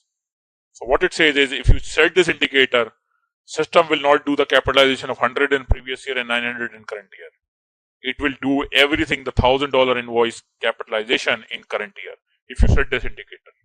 This is an affordability side. When the indicator is not set and you capitalize a down payment, system transfers the amount of down payment from the previous year to the old asset data. So that's how it works. The moment you check, system will capitalize $1,000 in current year. The moment you uncheck, system will capitalize $100 in previous year and of down payment and $900 of the final invoice in current year. So that's how the logic works.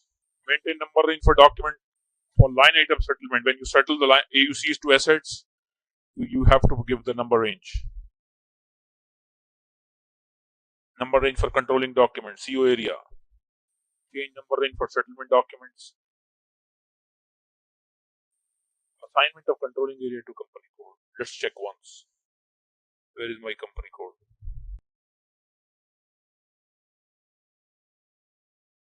Okay, so mine is assigned to US01.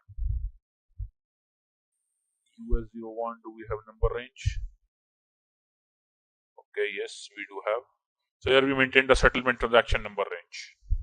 And then we have again validation. If we want to put some validations here, we can write that in settlement transactions.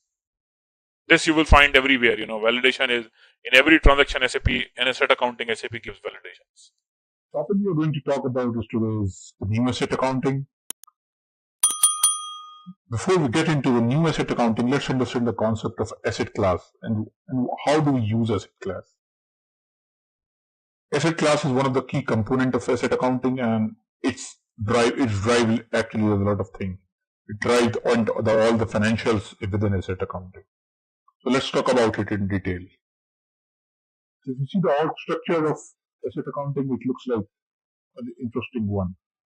So we have balance sheet sits at the top where we have all assets and we have all liabilities. Then we have GL accounts, and then we have asset class. So it basically roll up from bottom to top.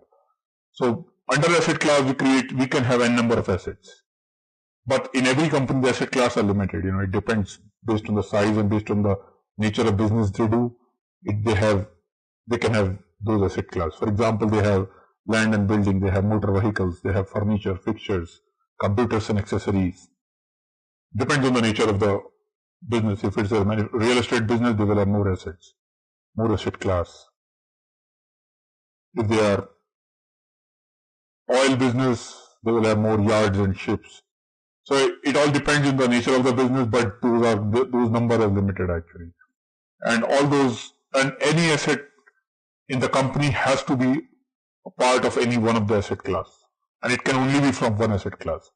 You cannot have one asset belonging to two class. It cannot never happen, because the cost of the asset, whenever you purchase it, if you see at the bottom part asset master record, there you put the cost. It rolls up to asset class at the totals, and then from asset class it determines the GL account. So if you have 1,000 assets under one category, let's say motor vehicles, you have 1,000 vehicles in the organization, all will follow under one GL account. So if you run the report for that GL account, you will see the total cost of the vehicles you have. It cannot happen that you can put 50 vehicles in this GL and 50 under this GL. If you want to do that, you need to have two asset class. You can classify as commercial vehicles and private vehicles. But if you want to put if the moment they are under one asset class, all will follow the same GL account structure for depreciation, for accumulated depreciation, and for cost.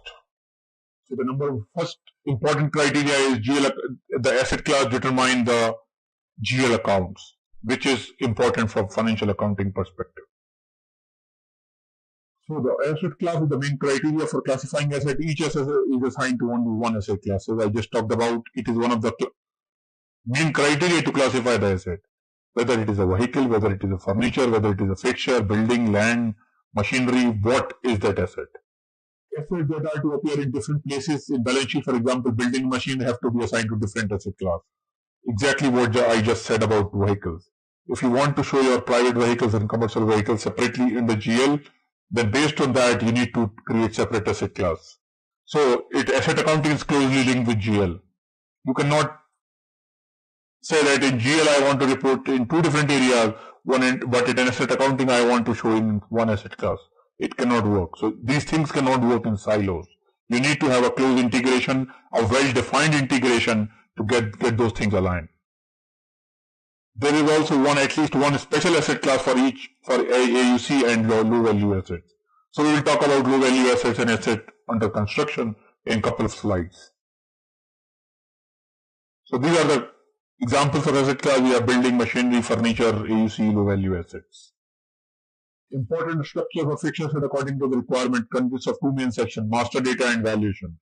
Master data controls the default values, administrative data in the asset master record. For example, you have what is the mandatory field for the asset. For example, license plate number can be mandatory item for vehicles, but it is not required for machinery. Model number and serial number very important for IT equipment, not important for vehicles. So it depends what master data you want to default or you want to make it mandatory for what kind of assets. So you can do that by asset class. You can make one field mandatory for one asset class, but you can make the same field optional, or you can hide that field for other asset class. The valuation section which control parameter and default for valuation and depreciation terms. So for each asset you normally have depreciation start date, we have depreciation key, we have useful life. So based on asset class, we can default those values. So if you have 10 vehicles, the default values for all 10 vehicles will be same. You can change it, of course, anytime, but by default, initially the system will pick those values. You cannot have different default for different asset which fall under the same asset class. So those has to be linked to the asset class. Asset class definition apply to all company code in the client. So normally, all those companies where asset accounting is active, you normally define the asset class across so that you have a consistency. But SAP gives the option where you can limit the asset class to certain company code if it is very unique asset class for any country. For example, prepaids are capitalized in Japan. So for Japan, you can have a special asset class prepaid, but that's not required for other countries. It all depends on the legal requirements. Other things depends on asset class is the account assignment we just talked about, the GL accounts. Number range. So number range is very important. So we have two types of number range for asset master data in SAP. One is internal and one other is external. Internal is system SAP gives you the number range. The moment you create asset, SAP generates a number. And the moment you create the next one, SAP generates the next number. So SAP system controls the number range.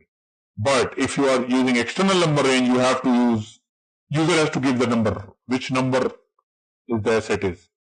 That's more cumbersome, not recommended because otherwise it will be, no uniqueness will be there.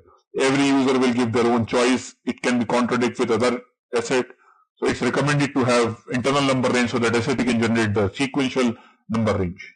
Each company code can have its own number range or company codes can share the number range. So this is another feature where you can define the number range by company code either, or you can have one company code and share the number range across. It depends again on the business requirements. So the companies who are mostly in the shared service environment, it is recommended to have number range across company code so that user need not to have a combination of asset number and company code.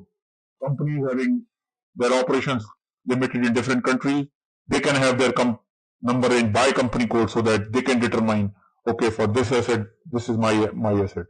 Asset number 1 exists in this country, also in another country. So it depends again on the requirement, but SAP gives option, either you have it by company code or you can have across. And this is also driven by asset class. Screen layouts, which input fields are displayed in the asset master record, whether they are required entry or optional fields, suppress display only. We just talked about this. The vehicle license plate number is mandatory for vehicle class, but optional, or you can say hidden for buildings. Screen layout specifies the maintenance level. Example, at which field can you maintain? Asset class, asset number, sub number. It also has a reference indicator control which field contents of an asset. Areas can be copied when that asset is used as a reference for creating a new asset master record. So when you make a reference copy of the asset, you have an option, SAP will copy all the relevant field of that asset which are there in the master record. So that's screen layout. So there is another screen in SAP asset master record where we have depreciation terms. We have depreciation start date, we have depreciation key, we have depreciation life of the asset. SAP supplies the standard rules, you can amend those rules, and these screen layout rules also contain the maintenance level again. Now let's talk about the special asset class, the AUC and the low value assets. AUC is something which is the asset class which is basically, in business terms we call it capital work in progress. It is an under construction asset which is not depreciable until this is complete or until it is capitalized. For example, building is getting constructed for 2 years. Until 2 years you are just investing money. It is up on your balance sheet, it is your asset, but it is not a fully capitalized asset. It is non-depreciable asset. You cannot depreciate that building until you complete it. So that's AUC. So the feature of AUC is it is as good as asset, but it does not depreciate. And also you can have negative values on AUC, but it is not recommended to have negative values on asset.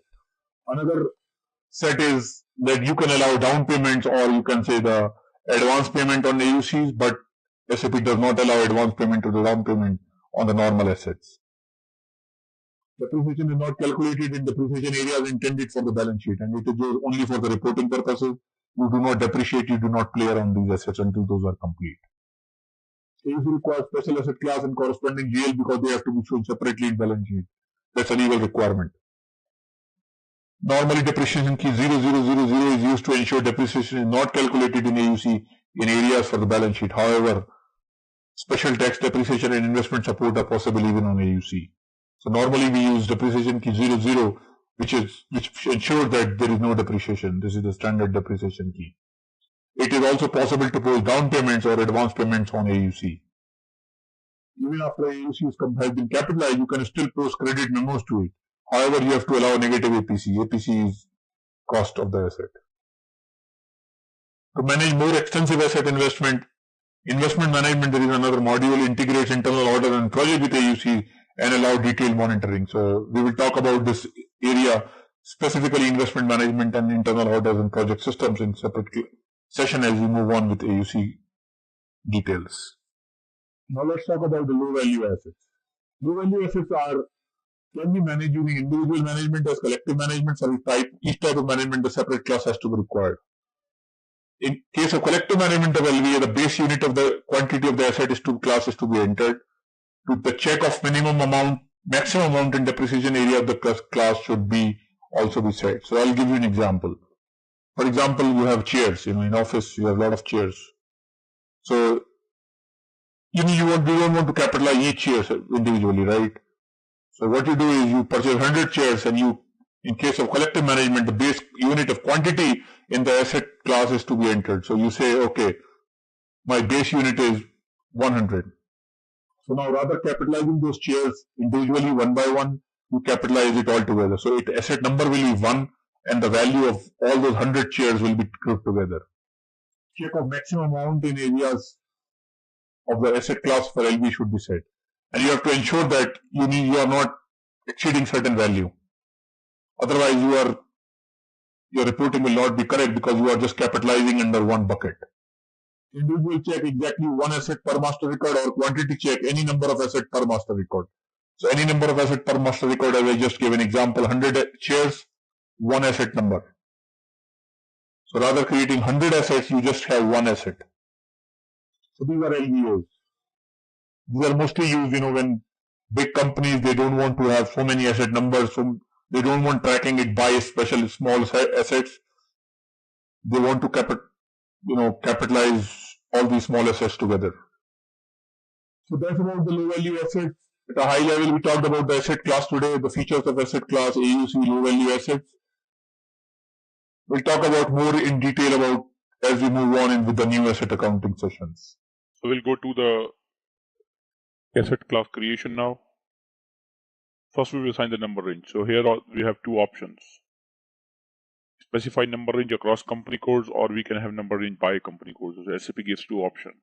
So normally what happens is, if it depends on business requirement, if it's a shared service environment, then companies prefer to have number range across company codes so that they don't need to remember the company code along with the asset number. But if it is normally not a shared service environment, a normal business environment, then they prefer to have number range by company code so that every company, every accounting team in each country can work on their own assets. They know their range of assets rather than jumping here and there because of number range. Because otherwise, if it is a cross-company number range, SAP will generate an inconsistent number range across company codes. And for people sitting at one location, let's say people sitting at Germany, they say, we just need to know the assets which are Germany, so it will be like asset number 1, asset number 25, asset number 38, because other asset number will be consumed by different company codes.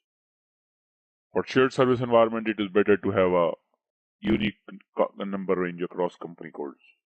Okay, so A01 is assigned to AUS. Okay, that's chart of the assign number range, specify number range across company codes. So AA01 will take number range from AA01.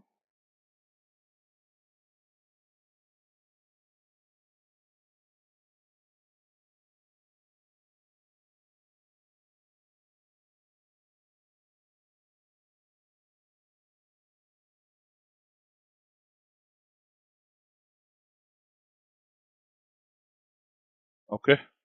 So here what we did is, now we have a depreciation area structure.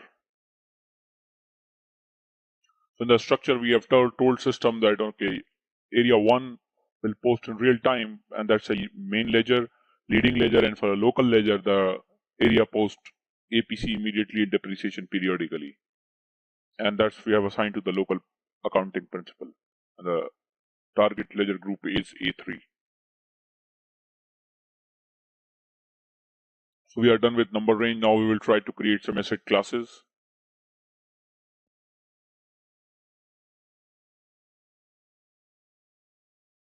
First, we will define asset class.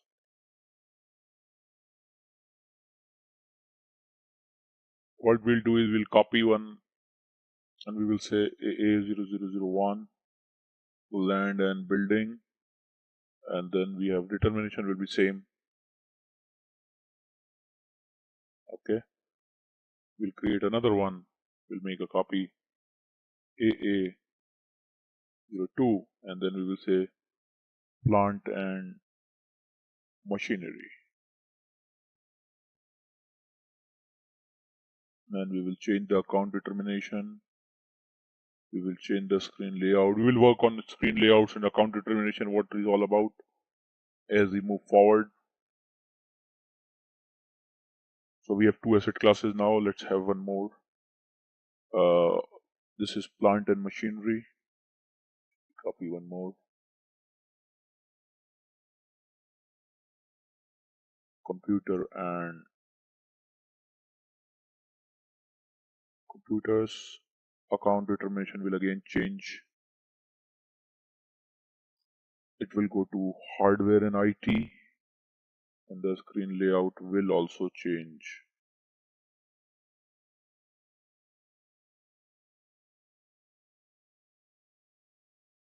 So we have 3 asset classes now. Oh, we make the name inconsistent.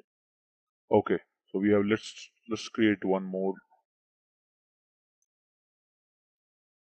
Computer, the one we have to delete because that's something number range is inconsistent.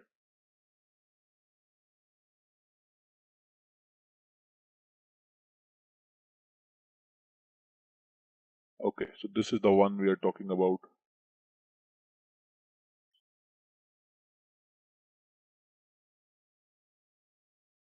We'll create some intangibles.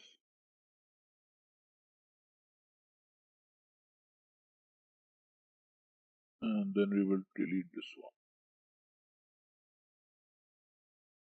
Okay, so we have 4 asset classes now. 1, 2.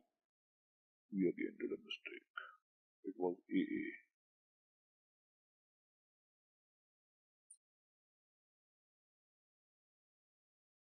So this one we can delete.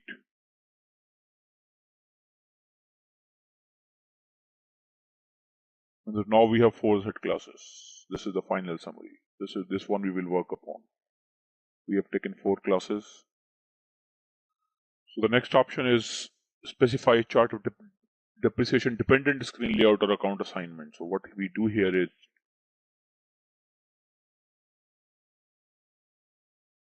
we will go to our asset class, and then we will see to which chart of depreciation these are assigned. So we have AUS, right?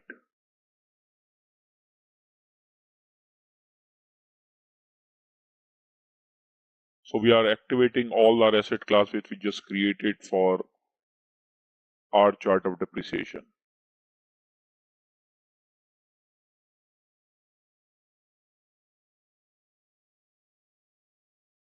So this is we are done with asset class creation. As we move on, we will have integration with GL. But before that, we will go to the defaults of these asset classes what we just created. We'll talk about screen layout first. Define screen layout for asset master data. So there we have screen layout, use general machines. We'll try to see what is assigned here. So this is screen determines when you have an asset master data, which all field will be optional, which all field will be mandatory, and which all field which are hidden. For example, if The asset class we have just created, assigned with the screen layout to in 2000, then it will look like this. Your description will be required. Your description to all these will be optional. Serial number will be optional. I can make it mandatory. Okay, the first part. Now if I go out, I have posting information. Cap date is not required at the time of creation, but so anything is not required at the time of creation.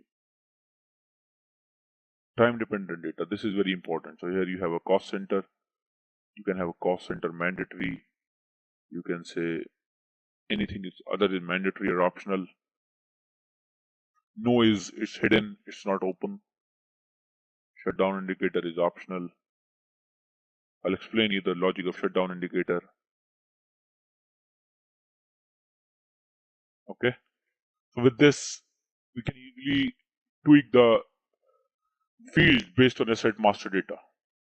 Say we have two screen layouts, 1000 and 2000. Let's say for fields required for computers and equipment will not be required for land and buildings, right? So you can accordingly change your screen layouts. Now we will see this one. Description is required. Posting information is all optional because it's land. We will not need a lot of things. Cost center is required because cost center will derive the depreciation. So if you don't put the cost center mandatory, then when you post a depreciation, it will give you an error. And so screen layout, cost center is, as I said, is mandatory because it has a financial impact, the depreciation impact. Evaluation group, I'll talk about. This is something field which SAP has given. You can rename this field. So we will see, how to use this field as we move on.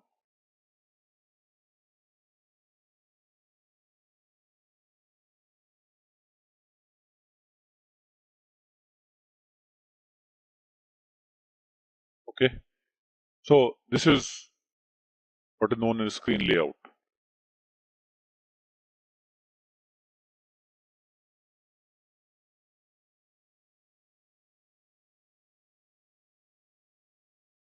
What does do is this is a new feature. Screen layout for asset depreciation areas. So we have screen layout 1000, and then we have what is optional and what is required. So depreciation key is always required. Useful life depends on the life and the method. So from depreciation area tab perspective, what is required and what is optional, you control from here. We will do this configuration as well. All right, let's test your knowledge. Here's a question for you. Which of the following is not a subcomponent of SAP New Asset Accounting? Option A, Asset Accounting Classic. Option B, Asset Accounting New. Option C, Investment Management. Option D, Material Management. Take a moment to think, and when you're ready, choose the correct option. Remember, each choice holds a key to unlocking the answer. Good luck. Type the correct answer in the comment section. Hey there, ready to level up your asset management game? Our SAP New Asset Accounting course is your ticket. Take it easy at your own pace right here on our platform. In this course, you'll dive deep into SAP New Asset Accounting.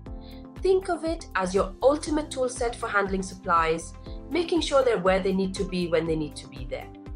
Covering all the bases, from beginner basics to advanced techniques, this course is crafted by seasoned experts who know their stuff. Your instructors? They're top-notch, with years of experience under their belts. They're here to guide you through and answer any questions you might have. But hey, don't just take our word for it. Our students rave about how valuable this course is. Folks just like you have found it super beneficial. And the best part, it's budget-friendly. Quality learning that won't break the bank. Ready to master SAP New Asset Accounting? Sign up today on our page. For more details, hop over to ZaranTech's website. So this is the screen we're talking about, which controls basically what all options you should have on depreciation area tab. Because if you go to the depreciation area tab, there are a lot of options. What is optional, what is mandatory, what is not visible, you control from here. Like scrap value. This is something which is required for Japan. So for if it is a Japanese company code, you need to make it mandatory. For China, this is required. So it depends from country to country what requirement you have. Based on that, you change your screen accordingly. So that's why this screen layouts options are given. Tab layout.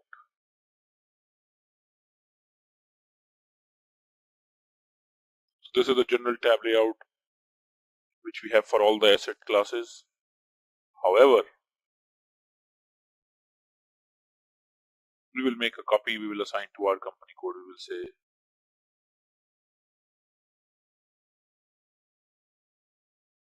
is not allowed to be changed, created, or deleted. Okay. Why can't it should allow a copy? Okay. So my layout should start from Z. That's a problem.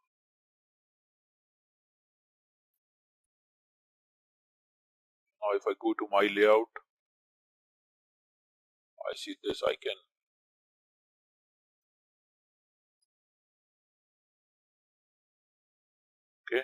then I can assign this tab layout to the asset class. These are my asset class, so I will go to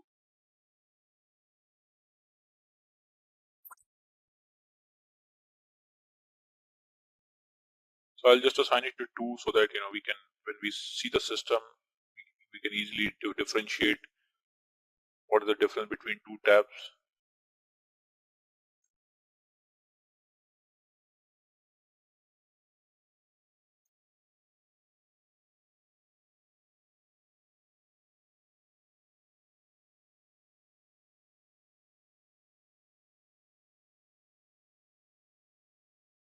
Okay. So I change the layout now.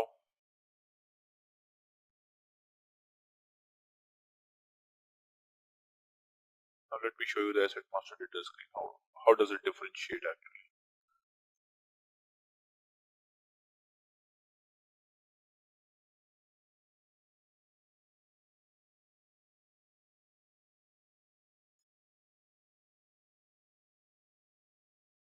Number rigid travel is not defined yet.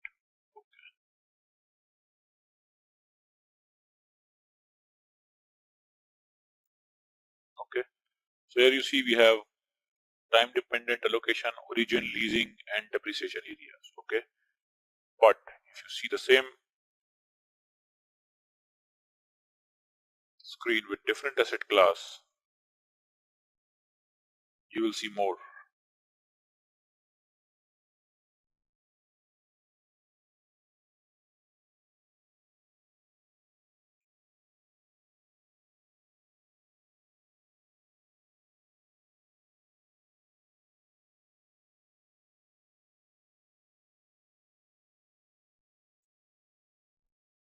Which one are you assigned?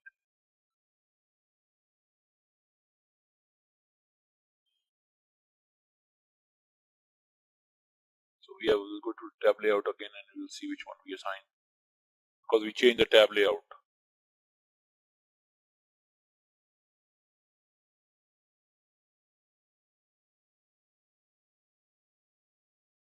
Okay, so here we have ZAP, and in ZAP what we did is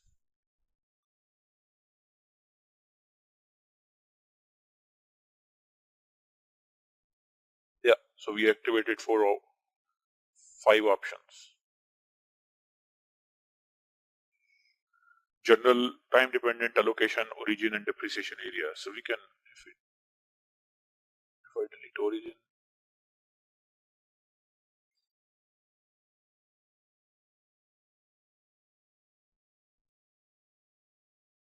now origin is here. If I go back,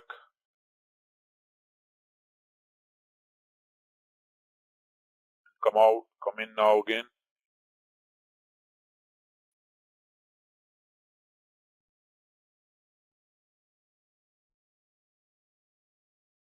So your leasing is also coming.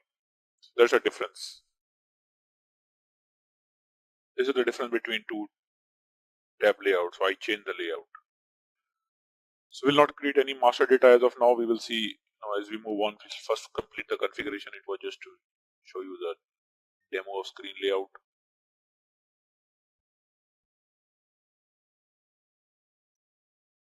User fields. So as I mentioned, we have evaluation groups. We can rename those fields.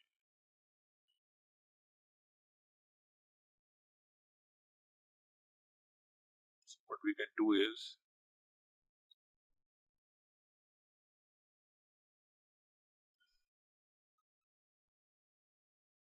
property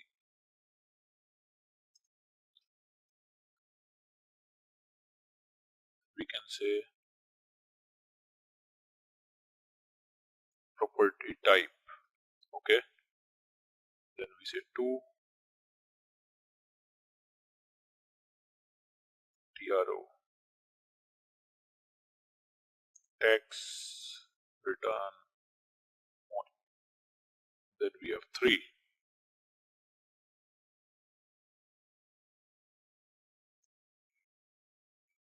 GTO we have tax only assets. Okay, so this is the one. Let me show you the screen.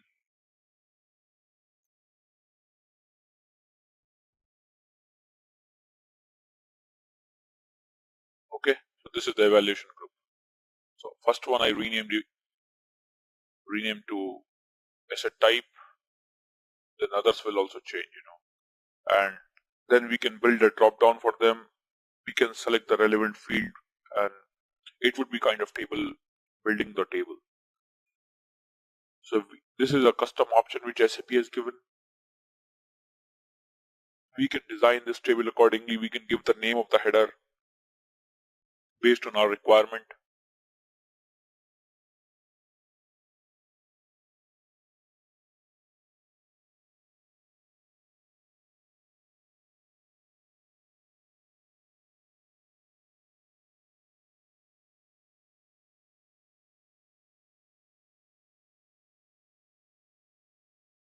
So we don't have any entry as of now. Okay.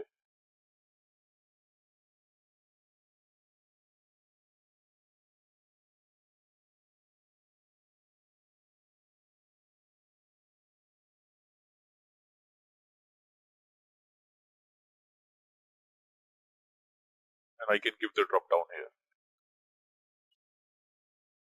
The options I have is GTO,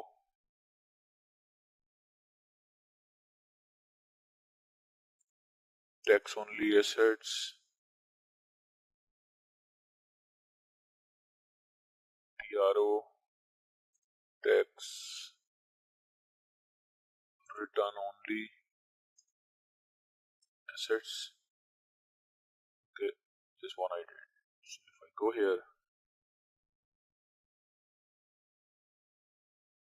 both these fields are there.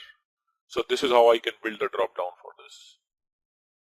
Evaluation group 1, 2, 3, 4, and then we have, these are 4 characters, and then we have 5, 6, 7, 8, which have, I think 8 characters. You will see the limit of the characters. So these are the custom field which SAP has provided. You can build the table according to your requirement. You can configure those. So rather going to any development, you can, if any custom field is required, any drop down is required, you can build this table accordingly. This can be any of your reporting field as per the requirement.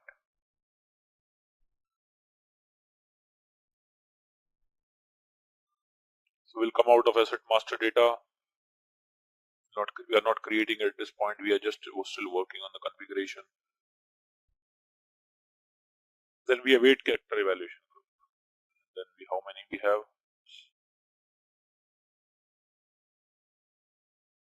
This one we have 1. Change keywords in the evaluation groups. So you can change the name of the field actually. It was visible evaluation group. You can change it to anything you want from here.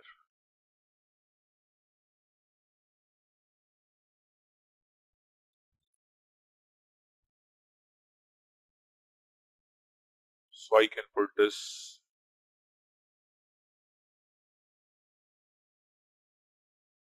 Now if I go and see my asset master data screen, there we go.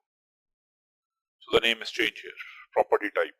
So you can customize these fields. SAP has given you option to customize these fields as per your requirement at any point of time. So these are, you don't require any web help, you don't require any developer. You can go and change the data in the configuration. Okay. So moving ahead, we'll go to asset accounting new. Then we were into this integration with GL. So we completed till integrated all acquisition document types. Then we have the next is the specify posting key for asset accounting. What does it mean? Specify posting key for asset accounting. In this activity, define posting key which we are used for automatic posting when posting to fixed assets account. Use the standard SAP keys. So this all talks about the keys. When you post to fixed asset account, what posting key we want to use. For example, for GL we use 40 for debit and 50 for credit. So similarly, that's what this SAP says. Recommended is use standard SAP posting keys. So let's see what standard SAP keys are. So we have asset posting and then we have 70 and 75. So let's not change this. Let's follow the recommendation from SAP. Change the field status variant for asset GL account. So field status variant, let me give you the background. So I'll show you what it is. So for every GL account,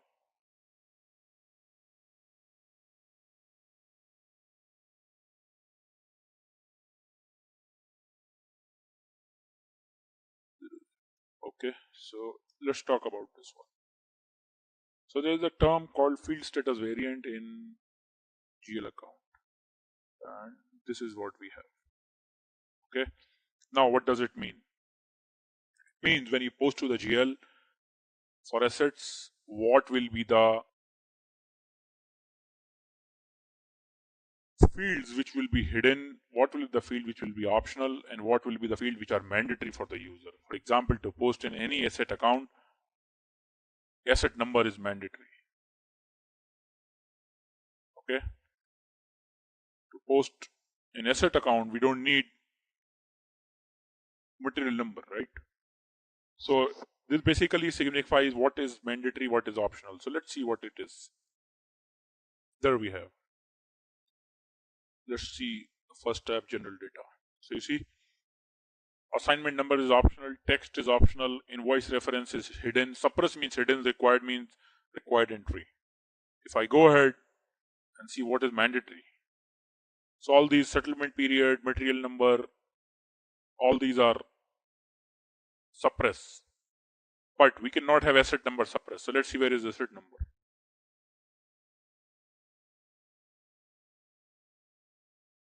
Asset number is suppressed. We cannot have asset number suppress. So what we need to do is we need to change the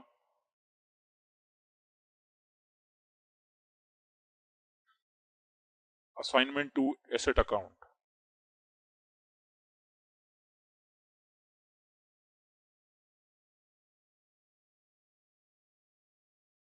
There is no difference. Let's see another one.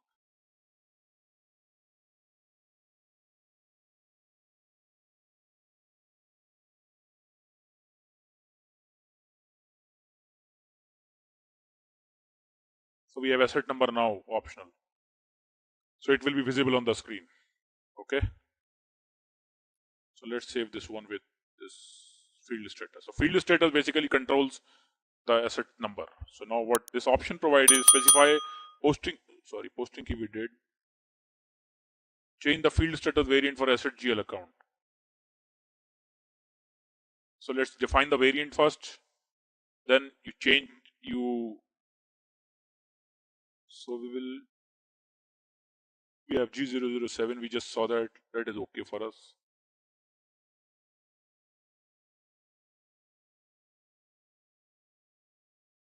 So our company code is assigned to the right one.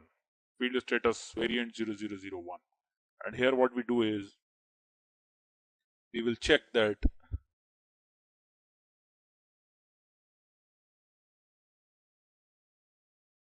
what posting key is used for which one. Let's see 70. We just saw the 70 key, right? Debit asset. And that's correct. Okay. The next one is assign input tax indicator for non-taxable acquisitions. So those acquisitions which are not taxable, so we have to assign a tax indicator which would be 0. So here we have input is 0 and output would be A0. So these are non-taxable transactions.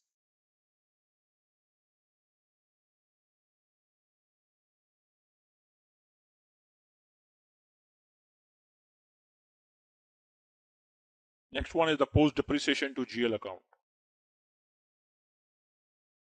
Here you determine the document type for each company code for posting depreciation. You must have defined the document number range and the document type for entry view. And the standard SAP says the document type for depreciation is AF. So now the option is either you don't want to use AF, then ignore it.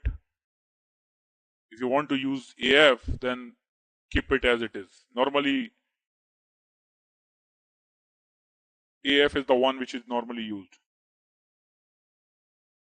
So let's consider that we will go with AF.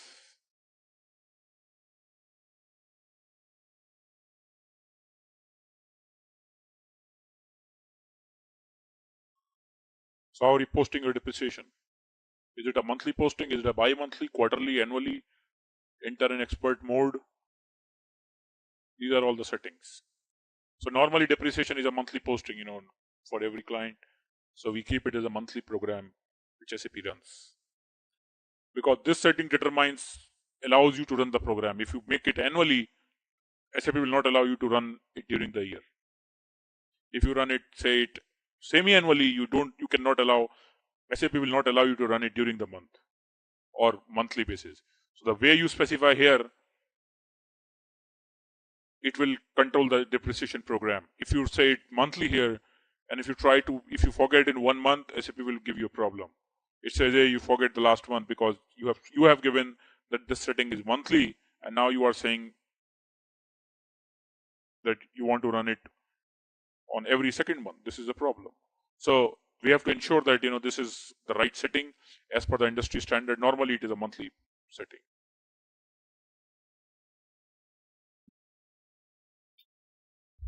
Okay.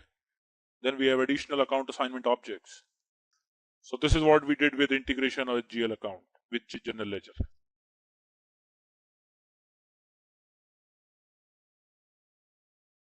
Let's go to general valuation.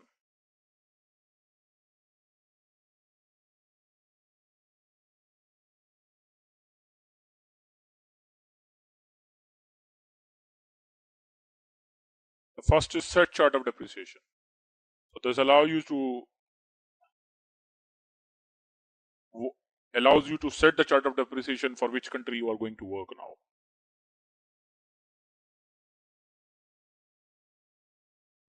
Then we have defined depreciation areas. Let's try to understand what does it mean. Big one. Okay. So now, if I simply go to, I'm just checking, if I simply go to FS00, and if I simply choose this account, do I get the same option?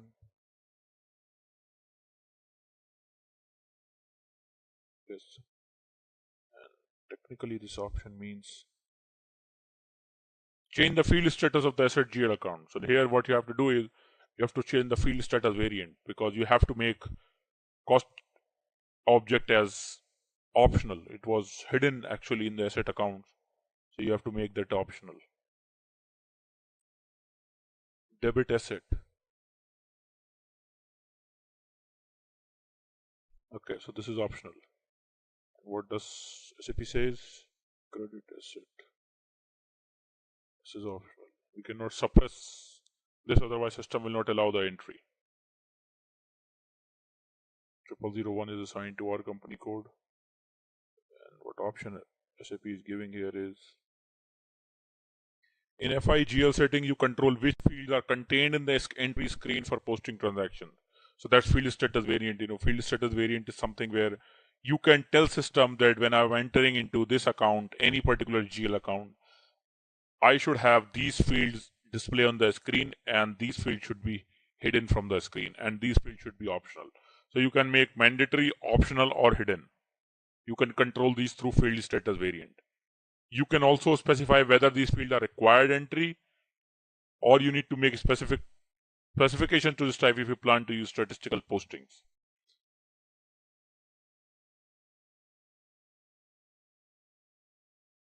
The field status variant 0001 is entered in company code 0001 and groups are already defined. So the standard variant automatically have this functionality, that's what it says, and allows an asset posting allows additional account assignment to order and WBS. When you carry out the basic customizing in FI system in financial accounting global setting, you assign the field status. Therefore, you should not change the assignment of the field status in this group. So here we define the GL account, here we change the field status of the asset GL account. Next is the specified default transaction type. So why do we need defaults? So there are some transactions which SAP, when you post a transaction, SAP picks up the default transaction type. These are the defaults. When you post unplanned depreciation, it's by default 640. When you do post capitalization, it's 400. When you do external asset acquisition, it's by default 100. So these are all defaults. It is recommended not to change these. If you want to change, it can be done, but it is recommended not to play with this. So whenever you post transaction, system will pick from this table and will use the transaction types.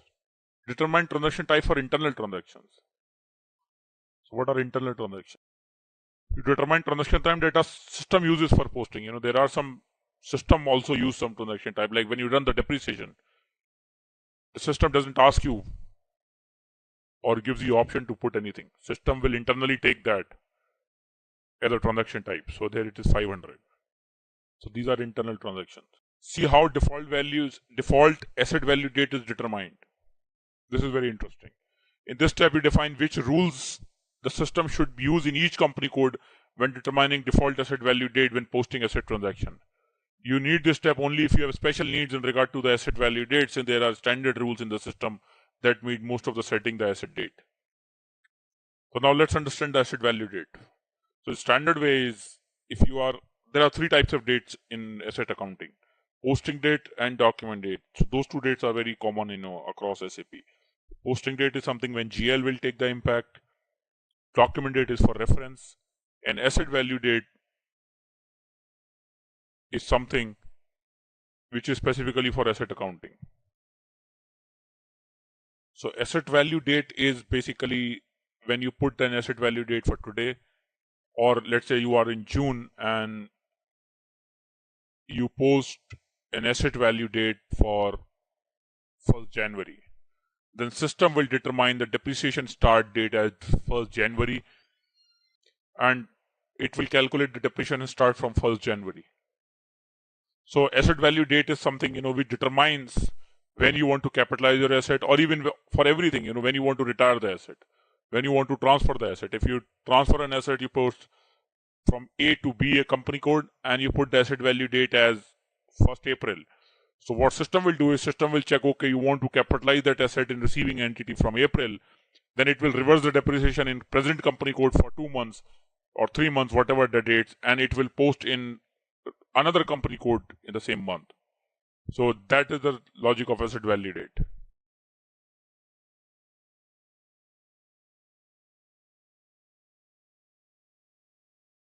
variant.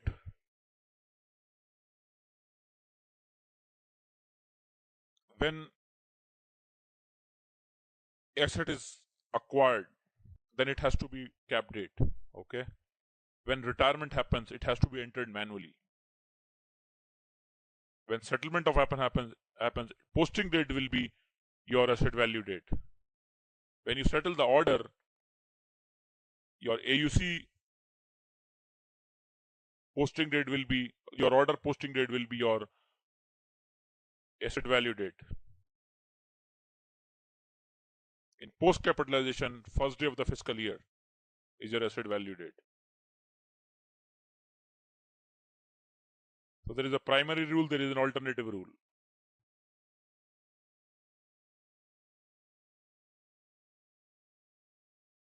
Acquisition says cap date. An alternative rule says either earlier of either document date or posting date if different fiscal year. So these are the rules which are defined by standard SAP. We can change these rules, but not recommended to play.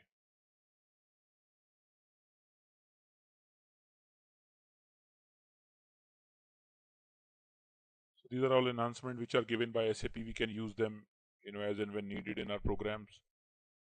And then the last is the message type. So you can set a message type for selected messages in the area of posting. The messages are sorted by application area. So if you want to give any message, while specific message while posting, you can try messages for asset accounting, or here message for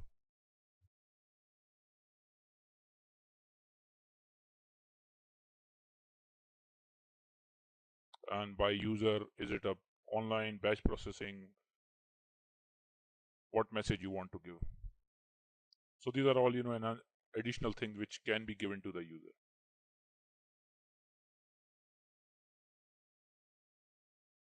With this, we completed all the transactions.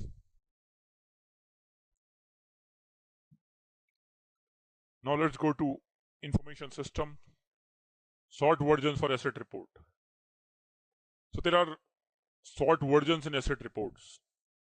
In this processing step, you define sort version. Sort version determine the sort keys and summarization criteria for your asset report. Standard SAP settings are classification for transaction reports, book depreciation, cost, and insurance values. So let's see what the sort versions are. So sort versions are basically, you can bring in, asset master data is immense. You have a lot of fields, 30 to 40 fields in your asset master data. And most of the standard report does not supply because of the, the performance issues. The master data fields are not available, mostly, all the master data fields in the reports. So what SAP provides option is, in each report, you can bring in 5 master data field with the help of sort version. So if you see here, this sort version 0001, we have company code, business area, balance sheet item, APC asset class. Okay. Now in place of business area, assume I want to bring in asset category. Okay. I can do that.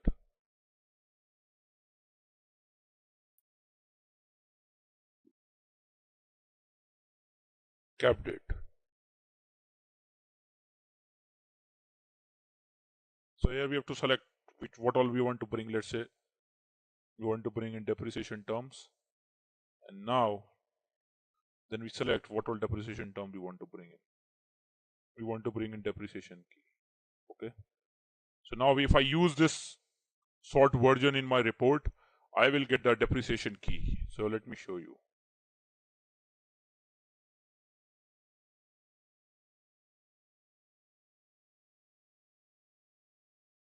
So here I used 0001. Okay, table ANLB is not supported. Which one is ANLB? Okay, so in this report it will not support. So in different report I'll show you. So you can have these terms in your report. So these are sort versions. Next is define simulation variants. In this step, you define the simulation versions for depreciation reports. You can enter simulation version when you start depreciation. you start a standard depreciation list. Go into this.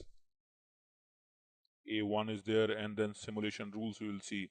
So for area 1, this key. So based on these rules, SAP will simulate you the depreciation. Okay. So we configured the basic thing. Yeah.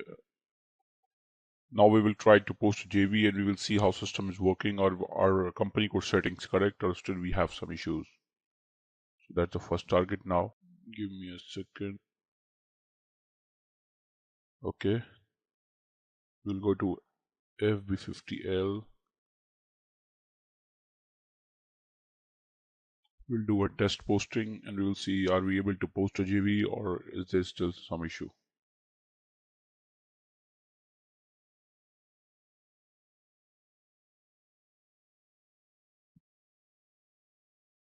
$2,000.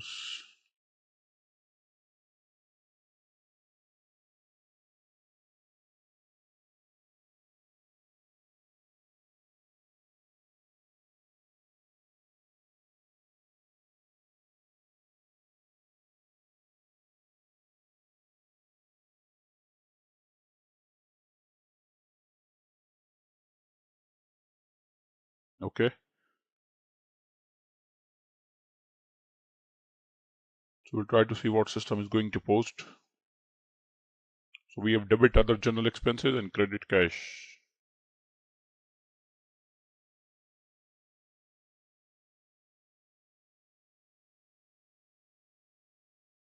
So it looks good. What we'll do is we will save it.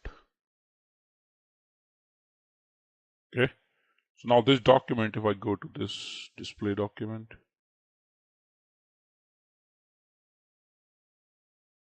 I go to GL view.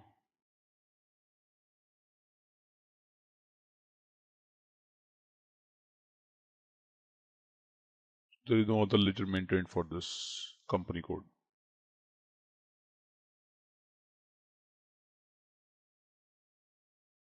So what we'll do is we will go to system configuration and we will see the ledger settings for this company code.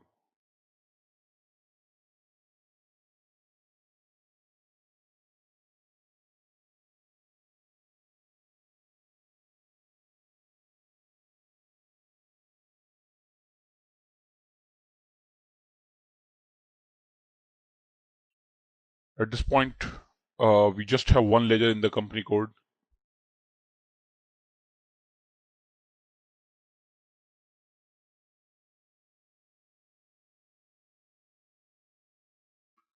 What we need to do is we're trying to see if we can have multiple. We can have actually. So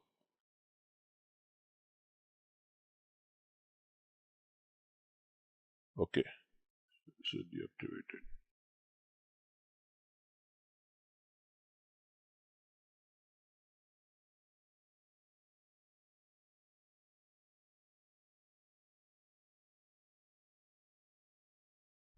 Company code setting for the ledger.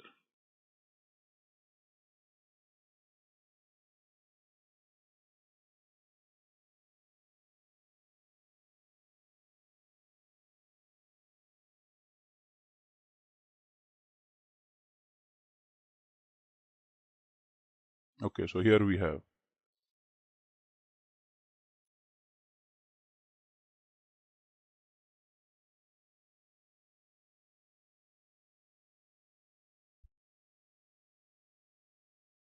Then we set the indicator for that this company will be using the parallel ledgers, and then we save it.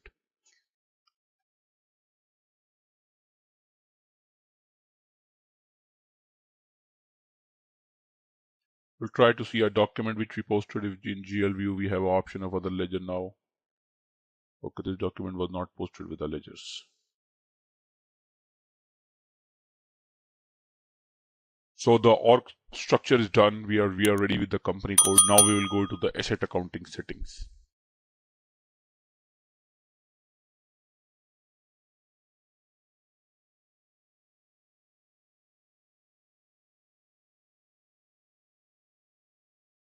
We have financial accounting new, and then here we have asset accounting new. So the node is changed now. Previously it was asset accounting, now it is asset accounting new.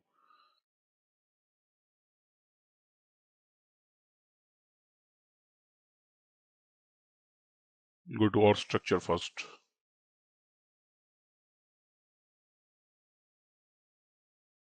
Our country is US, so we have to check country version is available. Country version basically activates different functionality related to that country, like tax or like local settings for that country. That is the function of country version, country activation.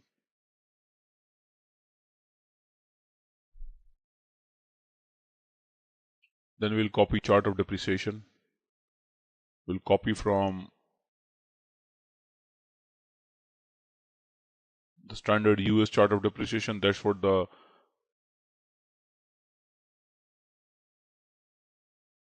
standard way is. You have to copy from US chart of depreciation.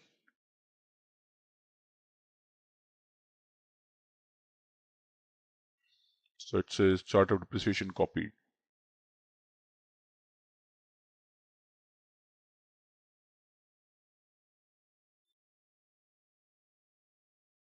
Then we can rename our chart of depreciation. We can give this name.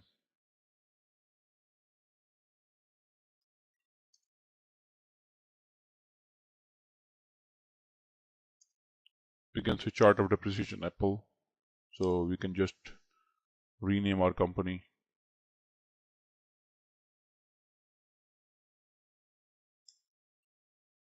So these are the depreciation areas we have at this point. We can deactivate or delete depreciation areas. We have the choice. This one I'll delete.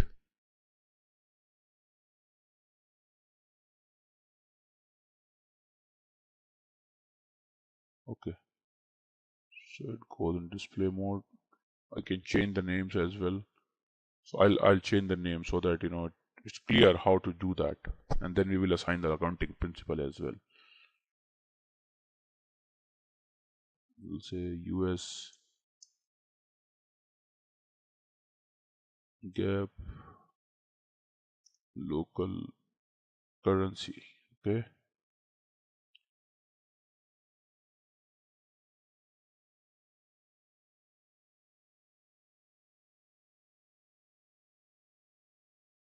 Then we can assign the accounting principles. We can say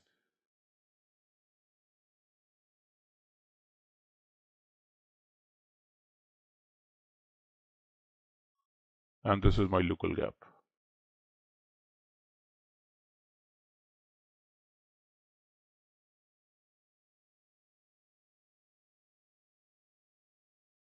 Okay, so we have to assign accounting principles to all areas.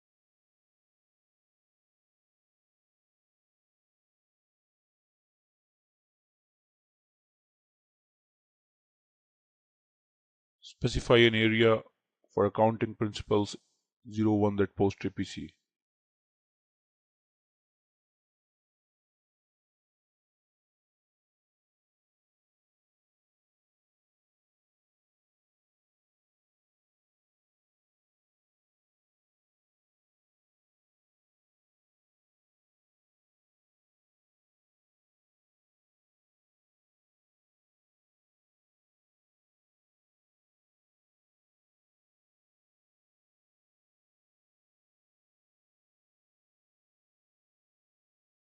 So at this point I'm making it 60 because we have to do the setting for this.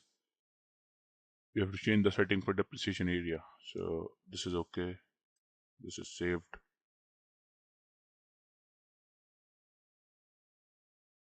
Then we'll go to assign chart of depreciation to company code.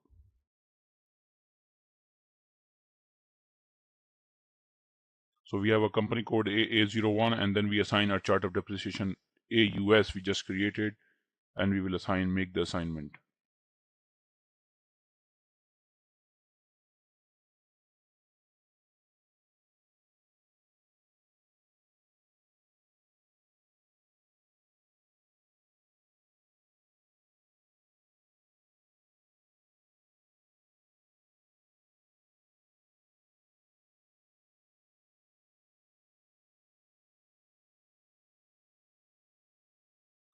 So here we will assign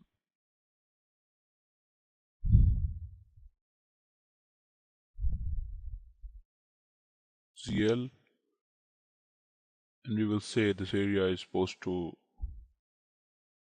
area post in real time.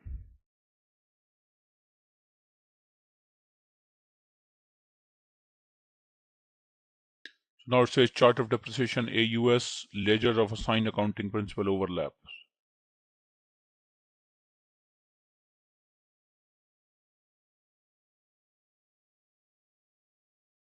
Okay, so we have overlap. Two are posting in the real time. It should not happen. So ideally only one depreciation area should be allowed to post in the real time.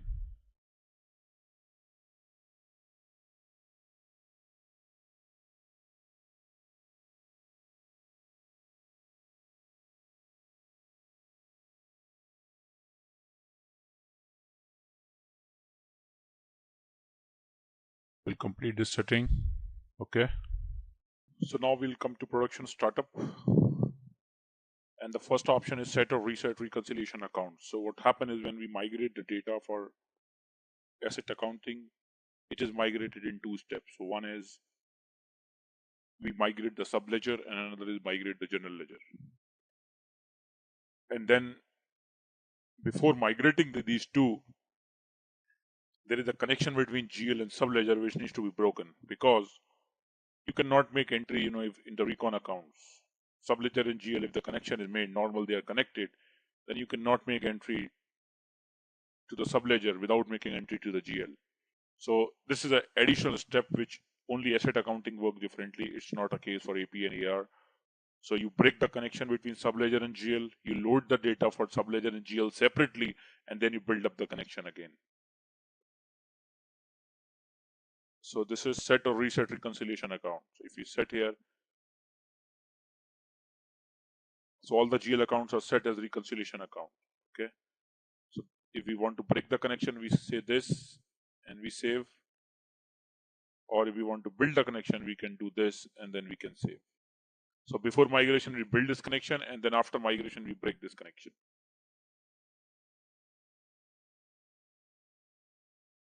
Account approach. So set, reset, recon account for parallel valuation. So this account is necessary only when we are using parallel ledgers, or only we are using account approach. So normally we don't use account approach. You can see the option. It is the same. We don't have anything here because we don't use the account approach. We are using ledger options. Activate company code. So once we complete the migration, we set this status to 0, saying asset data transfer completed.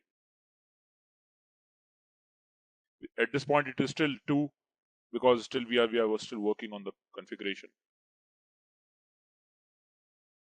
Activate new asset accounting for new customers. So this is one of the critical activity. We have to understand this.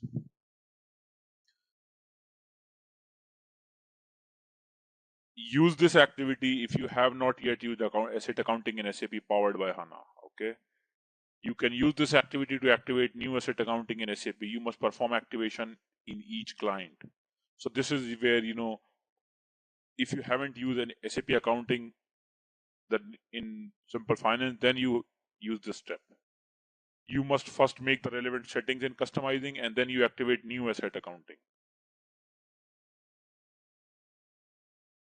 But we have to understand the limitations as well. If you see below, if you want to use new asset accounting in SAP powered by HANA, you are not allowed to use any of the components. So even if you use new asset accounting in HP7, you cannot use these components. You cannot use joint venture accounting. You cannot use lease accounting engine, and you cannot use classic real estate. Other prerequisites. You have activated the financial extension business function since you need depreciation calculation from new business function. So we have done this. Once we have created a chart of depreciation, you can check whether meet the requirement of new asset accounting. So we can check this. This we will come in some time. Tools, reset company code. In this activity, you can delete test application data, master records, and transactions for a company code. This might be necessary, for example, following a test legacy data transfer. Customizing or not deleted. Caution is you cannot reload the deleted data again. Keep in mind that asset accounting data is deleted in this activity, but integrated applications are not considered. Therefore, you should not carry out this activity in conjunction with other applications. So, here what happens is when you reset the company code, system will delete your master data and transactions for that company code. But you have to understand that before you do this, you need to check that what is the impact on the parallel applications. For example, if you have your asset numbers are assigned in purchase orders, then what? Then if you delete the asset number here, it is okay. But the asset will not be deleted in purchase order. And then when purchase order will be invoiced, invoice will fail. It will say asset number does not exist. So you have to understand the impact. If it is okay to test to do this on the legacy data until or unless your systems are not impacted, your other modules are not impacted. So this is the step. Normally this is a restricted steps. Okay.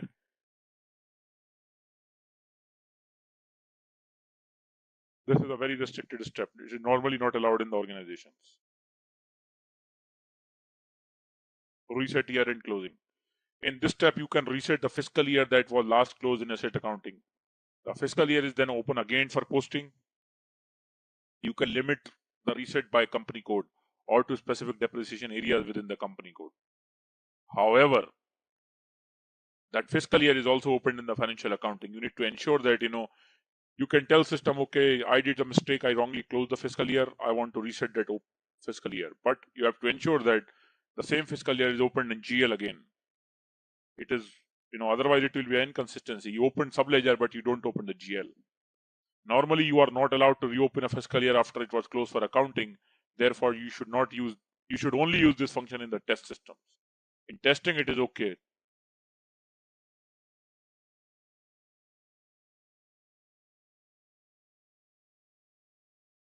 So here we can do this.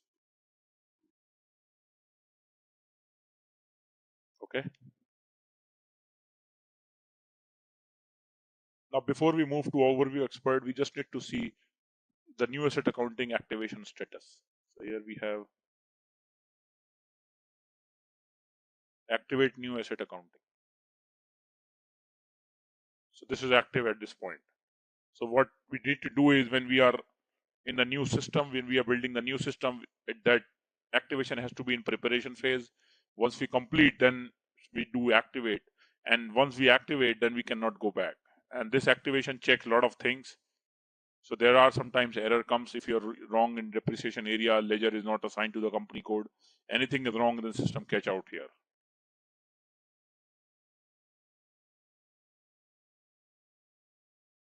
The next step is overview of expert assign accounts. So let's see how this stuff works. It checks whether all account determination is confirmed, is fine or not, or special reserves. There is no account assigned in special reserves. Check depreciation areas. So it will check everything about your depreciation area. So overview of expert is you review everything once again.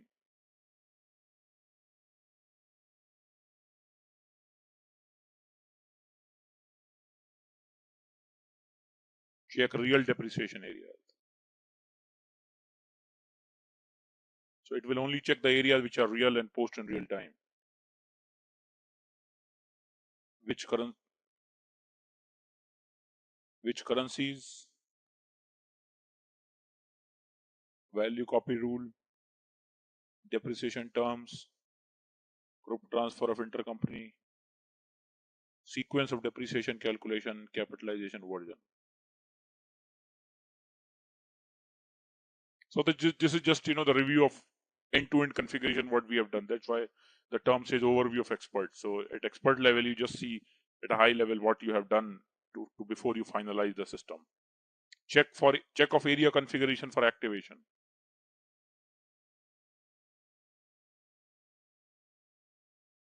So here it says you activate new asset accounting in customizing. In this activity, you check explicitly whether the prerequisite of this are failed in customizing for depreciation area. So that's what it checked. So whatever you have done in customizing, is that okay, or you have some issues? That's what it is checking.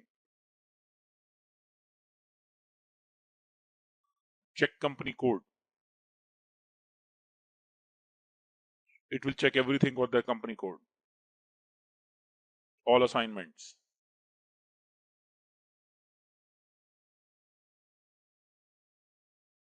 So you see that all these things which we did configuration, right? We did copy chart of depreciation, we assign number range, we assign document type, we assign post booking of net book value rule, we created settlement profile, time independent management of org units. This is the area where we discussed that if you want to have an accounting during the cost center change, or we just want to have a time interval maintenance. So it is again checking everything at a high level.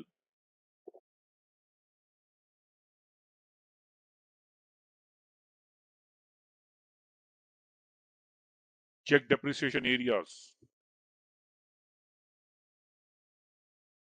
Currency. So it shows which all currencies we have maintained for each area. Rounding rules. So this is arithmetic rounding. So this is how you round off the currency. Using this indicator, you specify that rounding should take place according to the rule. 10th up to and including 4 are rounded downward. So if it is 3.49, it rounded to 3, but if it is 3.5, it rounded to 4. The values. So that is arithmetic rounding. And it is by area. Check legacy data transfer.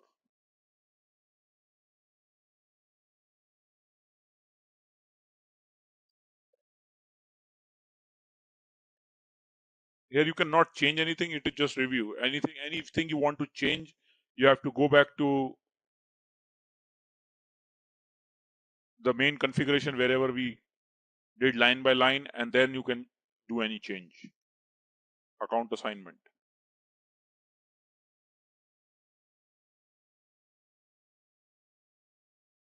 Transaction types.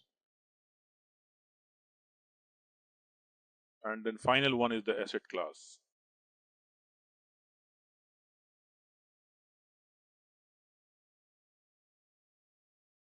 It will show you all defaults, all user field, every setup you did.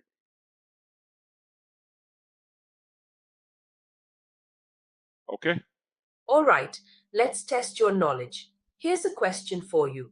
Which of the following depreciation methods is supported in SAP New Asset Accounting? Option A, straight line. Option B, declining balance.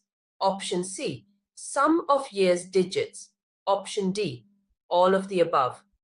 Take a moment to think, and when you're ready, choose the correct option. Remember, each choice holds a key to unlocking the answer. Good luck! Type the correct answer in the comment section. Hey there, ready to level up your asset management game? Our SAP New Asset Accounting course is your ticket. Take it easy at your own pace right here on our platform. In this course, you'll dive deep into SAP New Asset Accounting. Think of it as your ultimate toolset for handling supplies, making sure they're where they need to be when they need to be there. Covering all the bases, from beginner basics to advanced techniques, this course is crafted by seasoned experts who know their stuff. Your instructors? They're top-notch, with years of experience under their belts. They're here to guide you through and answer any questions you might have. But hey, don't just take our word for it. Our students rave about how valuable this course is. Folks just like you have found it super beneficial.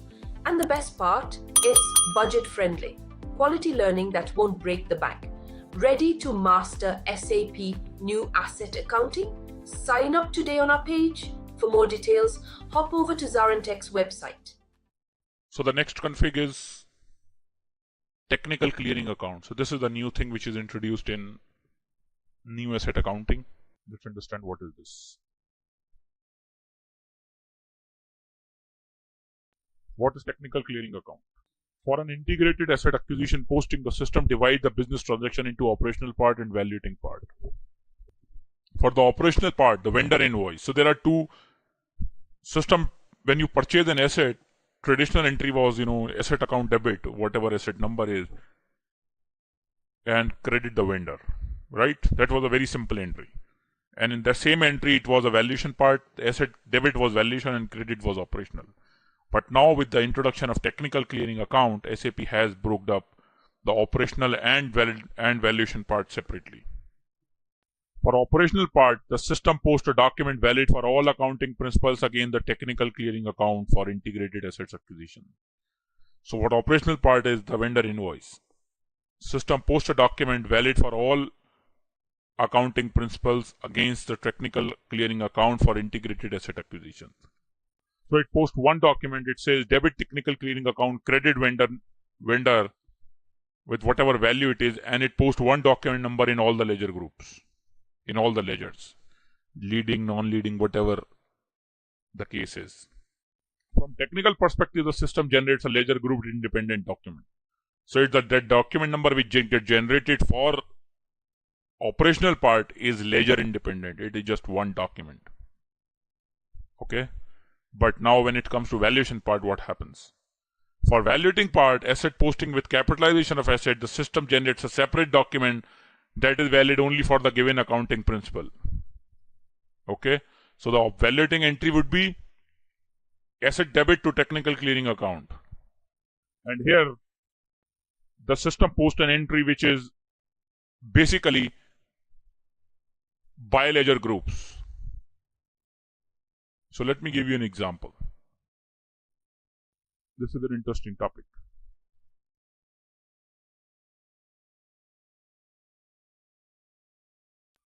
So we purchase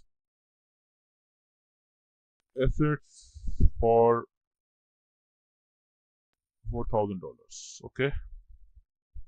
Now we will say traditional posting. Traditional posting is debit, credit, asset number, vendor number. Okay. And then we say $4,000. And then we say $4,000. So this was a traditional posting. Now what happened in the new one? In new posting, we have a debit, we have a credit. It posts tech clearing account and vendor. And it says $4,000, $4,000. And this is applicable in leading ledger plus non-leading ledger. Okay. Another posting system makes is debit, credit.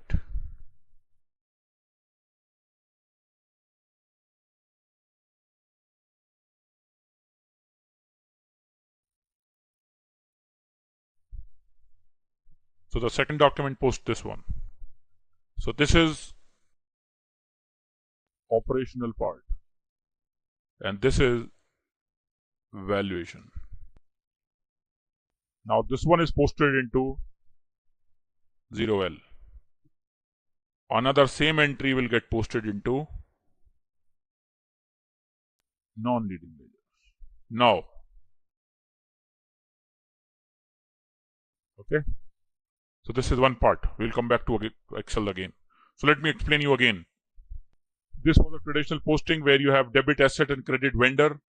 But now with the introduction of technical clearing account, the posting is split. It says operational part, this one, and vendor can be paid off. And then valuation part, it posts a ledger specific document, asset number to technical clearing account, asset number to technical clearing account, leading ledger and non-leading ledger. Now the question is why? What is the benefit of we are getting out of this? Now two documents that I'll explain you. Give me a minute. In this way, coming back to the help. In this way, system ensures that technical clearing account for integrated posting has a balance of 0 for each ledger group. So if you see here, my technical clearing account is debit for all ledger groups and credit for all ledger groups.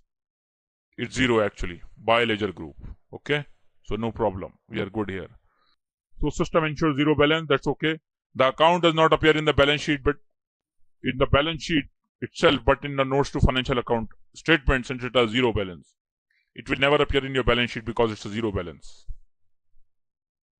Now, why to require this account? If you see here, there is another thing which comes into picture is the thresholds. Okay, country threshold. So this asset purchased in US or any other country, for US GAAP, this is for leading GAAP. Let's say my picture is US GAAP is 0L and local GAAP is NL. This is US and this is Germany. Now for US GAAP, asset is capital, but for German GAAP it's an expense. For US GAAP it's an expense. So what will happen?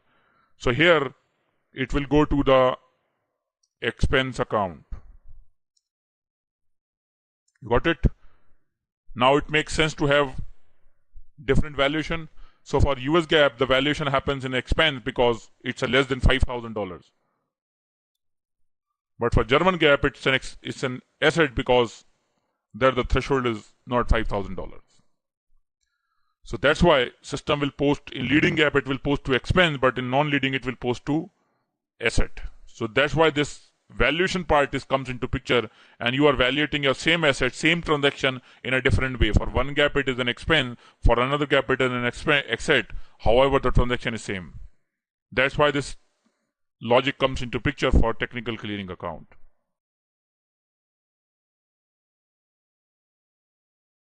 We go here, we define this, we create a GL account. The property should be a technical clearing account, it should be a balance sheet account, it should be a asset reconciliation account. So if I show you this, and it should not be used in any of the account determination table. You have to ensure this in asset accounting. Technical clearing, balance sheet account, and should be a reconciliation asset account. Another option, define technical clearing account for required field controls. So here you can determine by asset class. You can differentiate technical clearing account by class if you want. For an integrated asset accounting system, divide the transaction into operational and valuation.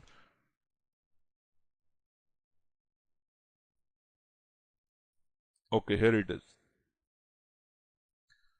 So you can tell system that, okay, for this account determination, I need this technical clearing account, but for another, I need this technical clearing account, in case it is a business requirement. Normally, it does not impact whether for all account determination for all asset class, you use the same technical clearing account or you use the different technical clearing account.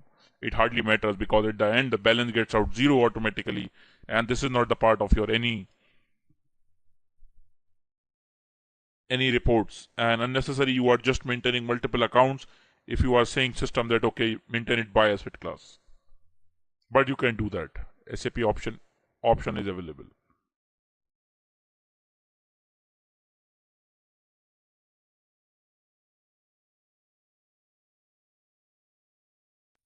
Kana, then we have ZZ, this one, 172001. Okay. So now only for this determination it will hit GL, and I can tell another system that for another determination hit another GL. It can do that.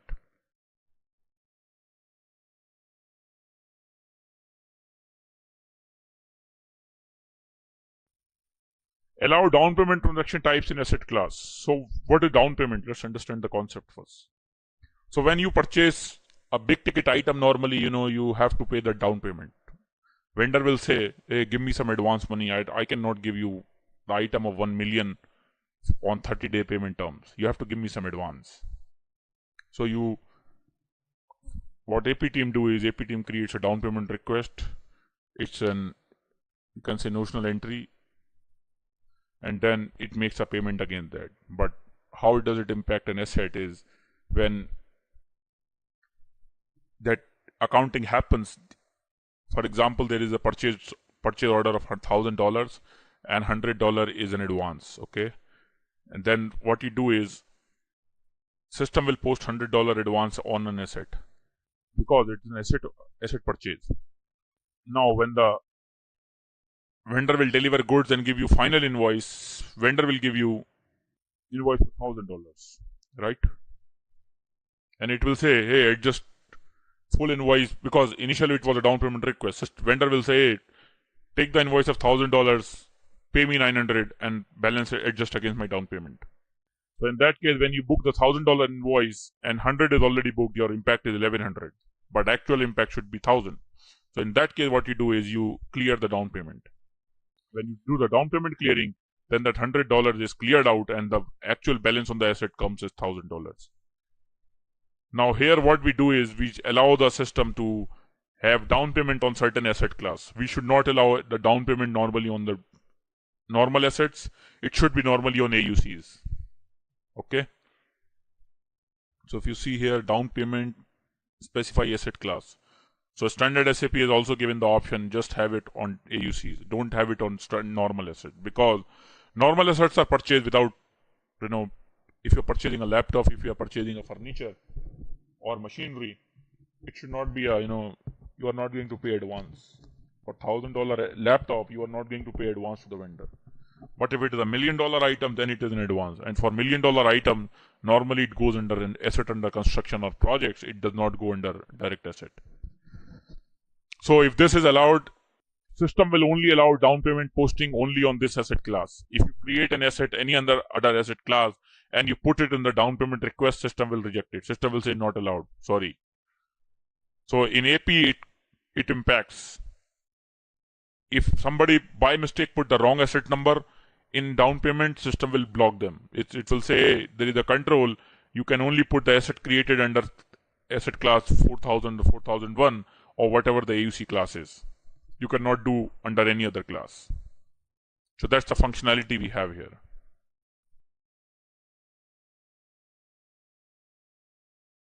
Previous subsequent capitalization of discounts. For an asset acquisition posting integrated with IAP, you can specify by your choice of document type if the invoice should be posted gross or net. When you use a document type for net posting, system automatically determines the cash discount. So here, every country has a different law. They say, some countries say, hey, we want to capitalize tax. Some say we don't want. And same thing is for discount. If the $1,000 invoice with $100 discount, how much you want to capitalize? 900 or 1,000? So that's what the setting here is. If you check this indicator, then cash discount cannot be capitalized subsequently on fixed assets. For an asset acquisition posting, okay, so same definition. Simple as if I check this button indicator, then cash discount cannot be capitalized. I cannot capitalize the discount. So if the $1,000 invoice, I can only capitalize 900 because it will say, hey, you cannot capitalize 100, it's a discount. But if I uncheck this, then it will allow me to capitalize $1,000.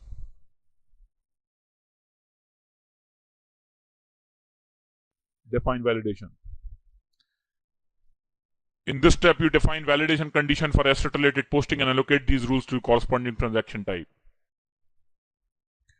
Example, it is possible to specify, for example, the certain transaction can only be posted to the asset class stored in the validation rule. Another possible use is classes specific maximum amount check for acquisition posting. So during acquisition, if you want to put any validation in the condition that, okay, this should be the maximum value for the purchase. If this is more than this, then let me know. Then there is a check. Or for these transaction types, for these asset class, only this transaction type is allowed. I don't want to allow anything else. So you can write all those validation rules here in the system. During purchase, it's all about acquisition. So if you see the node, it's all about acquisition. What we are talking, it's everything is acquisition. So we are done with acquisition. Next topic we have to move is retirement. So once we're done with asset class, we are done with number range. Then we have the screen layout rule. What does it mean? Create a screen layout rule and then we assign it to different asset class. The reason is every asset has a different nature. For example, if we compare building, vehicle, and machinery, 3 items, or let's say building, machinery, building, vehicle, and laptop. Right? So building will not have any license plate number. Laptop will not have any license plate, but vehicle will have. Similarly, machinery will have, the laptop will have its tag number, right? The laptop serial number, but same thing, building will not have. Building will have its location, the street address, everything, or other dimensions, other parameters, but laptop will not have. We will have vendor for laptop, but we will not have for that. So the parameters of the asset, every time we have based on class, the field we need to maintain is different. Okay. So that's why, if you see here, we have real estate, building, machinery, furniture, vehicles. For every different asset class, we have one assignment. So let's create one. We will have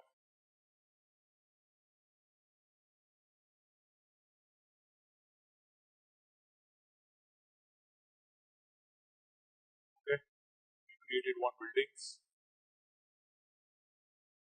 And now I will assign it to my asset class.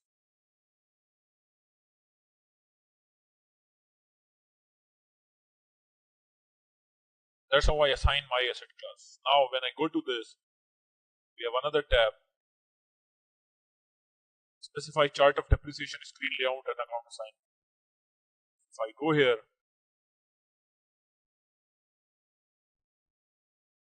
my asset class, and I'll select this dependent data.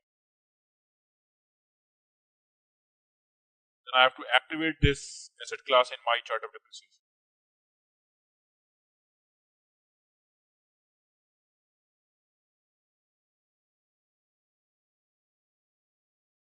So this is how we activate asset class in the chart of depreciation. Now if I go to second one, it will not be visible. So I have to activate the second one. It is activated in these two.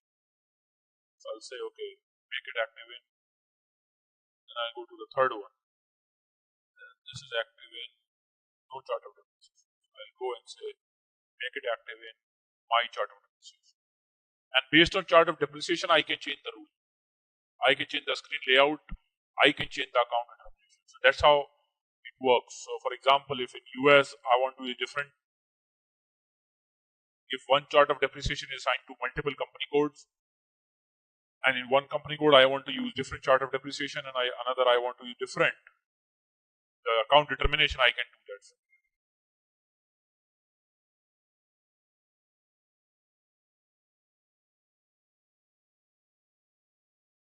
So this is just let me summarize what we have done. We have created a company code. We have done the basic high-level GL settings, and then we moved on to creation of the asset specific configuration. We assign chart of depreciation. We created chart of depreciation. We assigned chart of depreciation. Then we went into account determination. We created number range. We created screen layout. We created asset class. Okay, this is what we have done till now.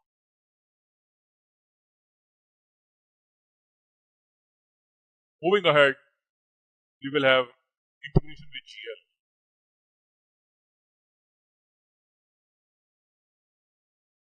So the next topic is integration. How define depreciation areas post to GL. This is one of the key steps where you tell system that this depreciation area will post and this depreciation area will not post. For example, tax area doesn't post to GL, but the leading ledger area posts to GL. But if you want that non-leading area should also post to GL, you have to tell system here itself. And it is by chart of depreciation. This is at the chart depreciation chart level.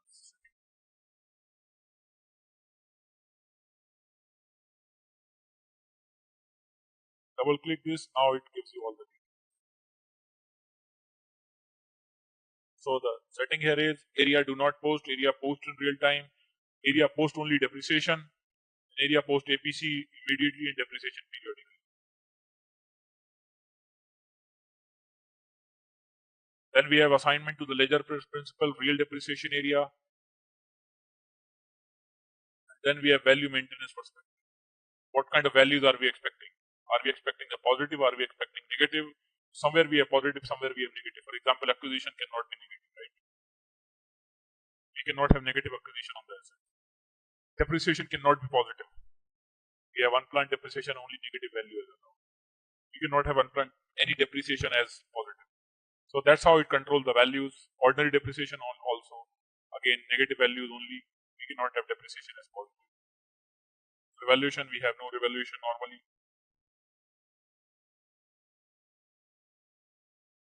This is how you can change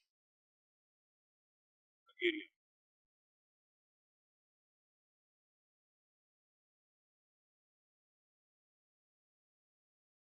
So since we have only one ledger group, so it is only appearing here.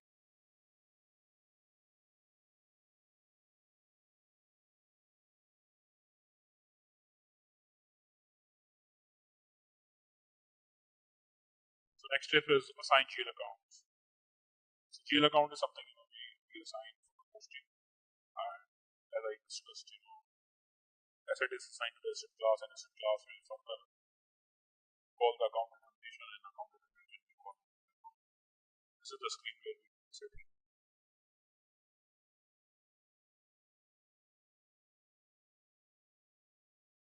We have a chart of account assigned, then we go to account documentation, and then if I see my asset class, which is not appearing,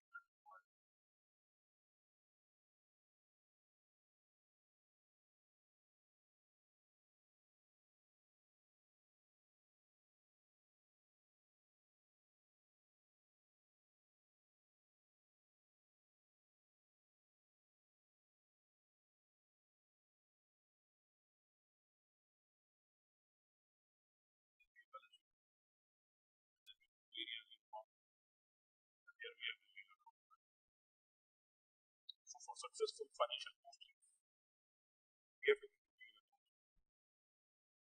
determine the cost account,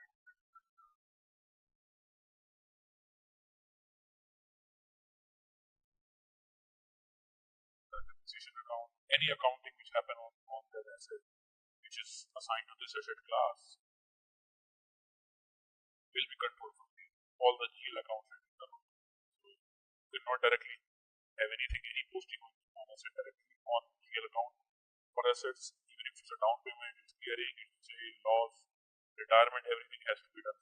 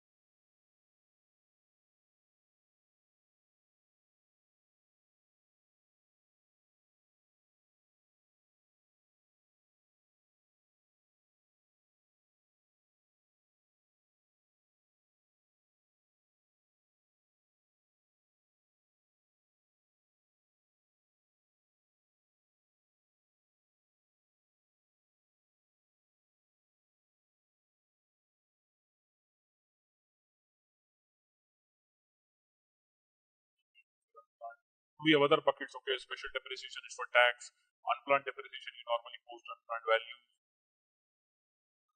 So we assign the balance sheet account.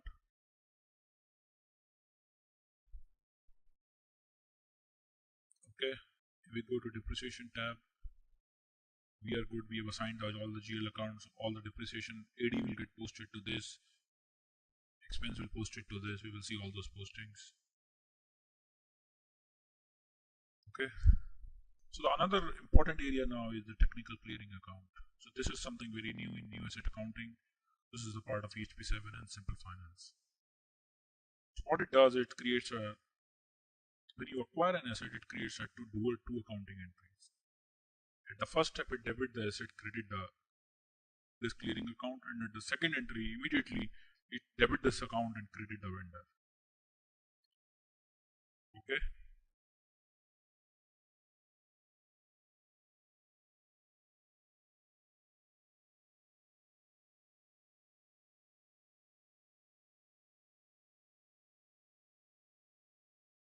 So let's try to understand the use. For an integrated asset acquisition posting, the system divides business transaction into operational part and evaluating part. For the operational part, so now there are two parts. One is operational and one is valuation. For the operational part, the vendor invoice is operational, okay?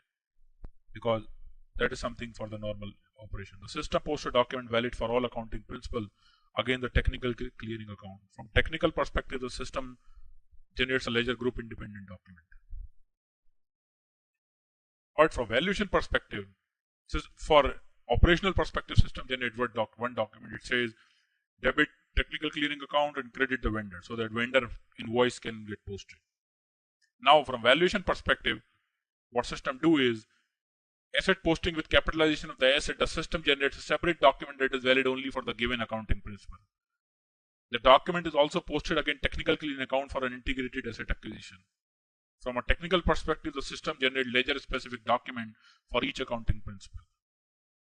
In this way, the system ensures that the technical clearing account has a balance of 0 for each accounting principle, because at the first step from operational part, it actually creates for all ledger groups, and then at the second level, at the valuation part, it creates by ledger group. So at the end, the technical clearing account will be 0 for all the ledgers. The account does not appear in the balance sheet itself, but in the notes on the financial statement, since it has a 0 balance. So it will not appear in the balance sheet because automatically it gets 0. It's a reconciliation account, automatic postings are made, no manual postings allowed. The requirements are: you have created the technical clearing account in chart of account. The following prerequisite must be met. Account is a balance sheet account and must be a reconciliation account.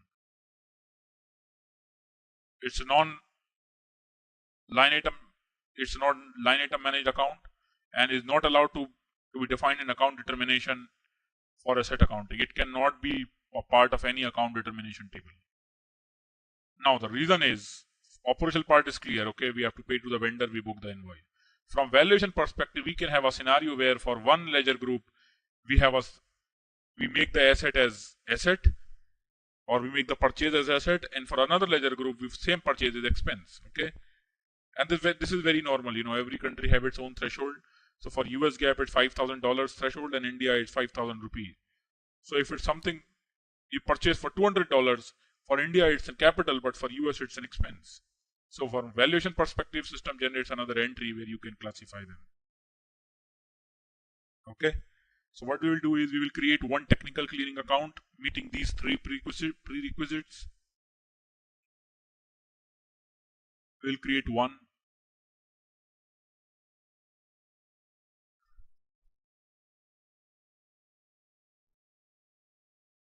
One 70001 is nothing.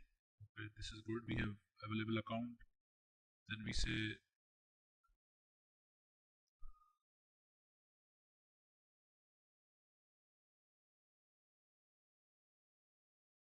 it's a balance sheet account. We say tech clearing, technical clearing account used for our asset class. Then we go to control tab, where we are clear that it should a recon account and non-open item manage account. It cannot be open item.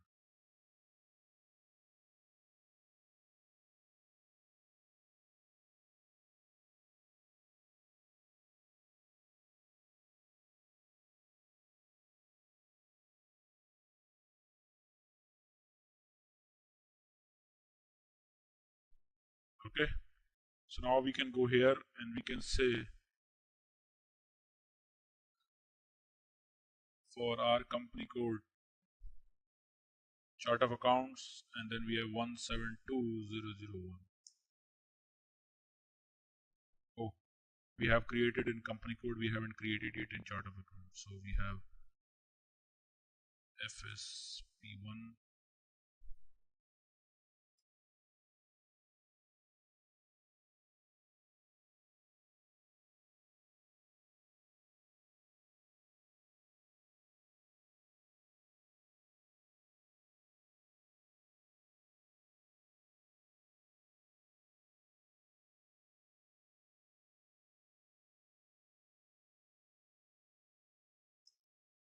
Then it works. Okay, see the magic, and then we assign it.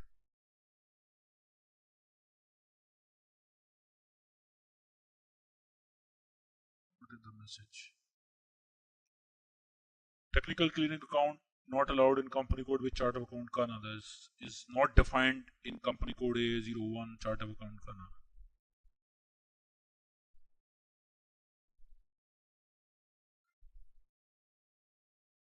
So it says it's 172001 is not created in company code.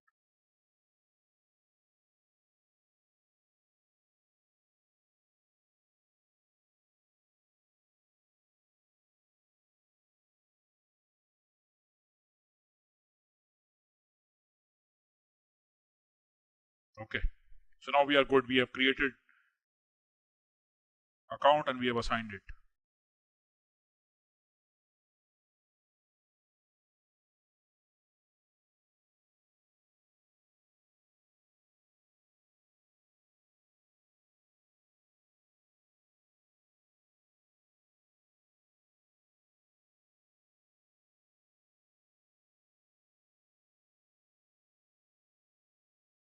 Define different technical clearing account for.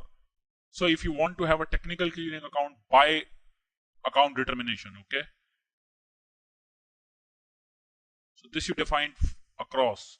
If you want it for different account determination, it should be different. You can have that also, but there is no requirement for such as such in any case, because this is something at the end it gets zero out and then you don't need it. Next we have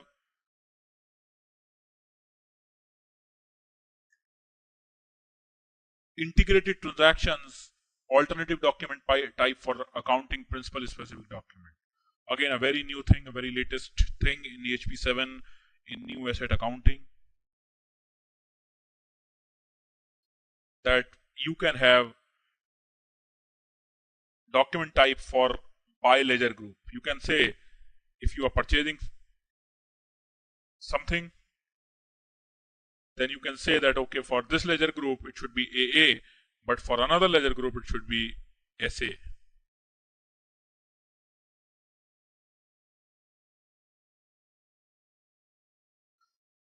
So let's try to understand what is the use first. It will give more clarity. So when you enter a business transaction or acquisition, a down payment to an asset, or any retirement, system split business transaction again into operating and valuating part. So for operating part, system posts one document and it's ledger independent. For valuating part, system generates a separate document that is valid only for that accounting principle.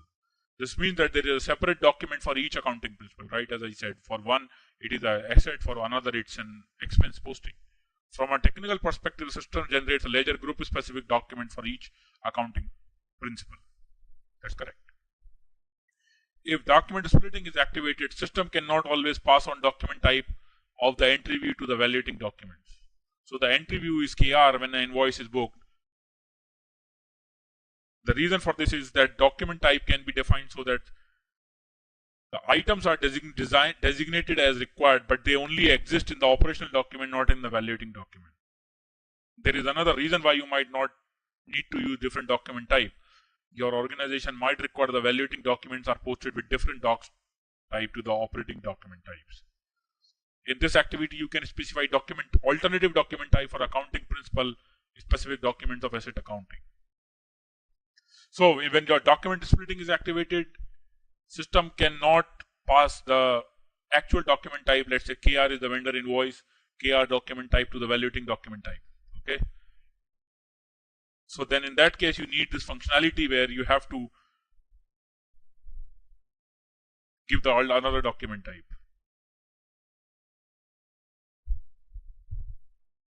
So you go here, you say original document type KR, derived document type AA. So whenever there is a vendor invoice, the valuation document, this is your original document, this is your derived document. This is your operational document, this is your valuation document. And then you save it. Define separate document type by company code. So you can tell this to by company code, okay?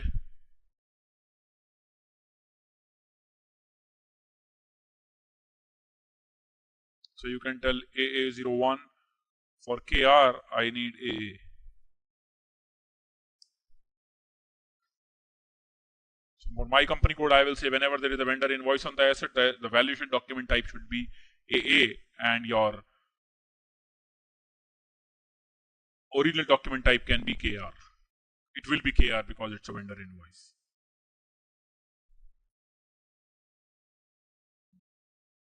Okay. So this is about integrated asset acquisitions. So in the last session, we talked about the methods of depreciation, ordinary depreciation, special depreciation, and unplanned depreciation. Now we'll talk about the value depreciation key. Depreciation key is an important thing, which helps in calculation of depreciation. At all, it contains a lot of things behind the scenes like method of depreciation, percentage, any scrap value, any changeover method. It contains a lot of things. So we will get into detail of everything.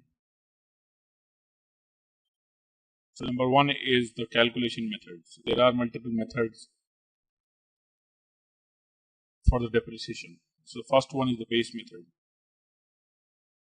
So base method is normally the one which is applied by standard SAP and it caters to most of the requirement across the globe. So these are the base methods. You can create custom, but most of them meet the requirement. So let's see what it means actually. Base method, sum of year digits.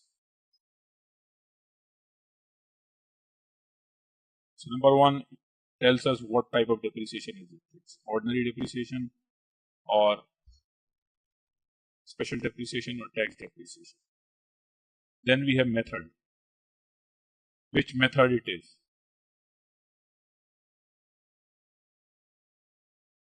Percentage from calculation from useful life, total percentage, stated percentage. For example, here we have Japan and Korea declining method over total life. It is for Japan. And there are multiple methods. And then we have treatment at the end of depreciation. Depreciation after planned life ends. So when the life of the assets ends, whether you want to charge depreciation or not, then you say no. You can change it. Depreciation after net book value is 0. There is no sense of having net book value 0 and then we are charging depreciation. It is not recommended or not the right accounting practice.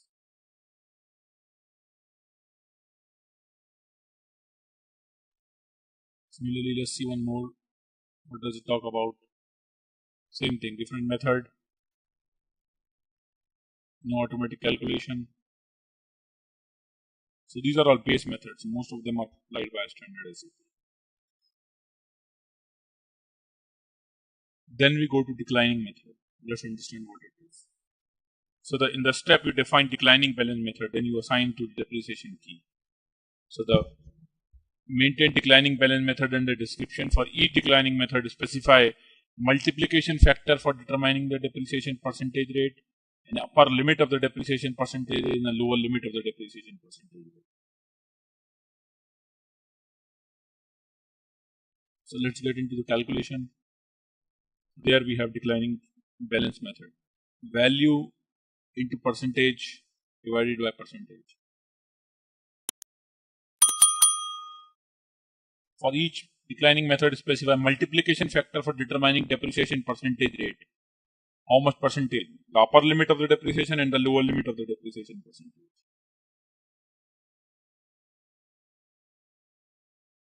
We select one and we check usage. You see, most of the tax methods are using declining methods. All to mean makers, acres, 10%, then we have 5% and 2.5%. So it basically reduces by the passage of time. Then we maximum amount method. In this step, you define maximum amount method. You then assign to depreciation key. The calculation contains the maximum depreciation amount that is not allowed to be exceeded before certain calendar date. If the depreciation calculated by the system exceeds the maximum amount, then system reduces the depreciation to the maximum amount. So you tell system, okay, 10,000 is my total depreciation for this year. And then if system calculate the depreciation for more than 10,000, let's say system calculate 11,000 for 2016, then system will automatically reduce the depreciation to 10,000. You can specify how the maximum amount applies within the time period specified. It can either apply to an individual year or to an AD. Maintain the maximum amount method in the description. Also, if specify if maximum amount applies to annual depreciation or to AD. So it can also apply to the entire life of the asset. So you can tell system, okay, the entire AD of this asset should be $8,000. The moment it is 8,000, system will stop calculating. For each maximum amount, you have to specify the currency and date up to maximum amount which is it valid. So this is a very important method, very, very widely used. So try to understand this in detail. You have to specify maximum amount of depreciation, and you can define it at two levels. Number one, yearly. Number two, the total AD of the asset. If it is yearly, the system will put a cap at the year end. If it is AD, system will put the cap at the total value. Let's see how can we define that. This is an example of Thailand. Maximum base value of the car for Thailand. So the valid up to 31/12/9999, which means this is valid for the AD.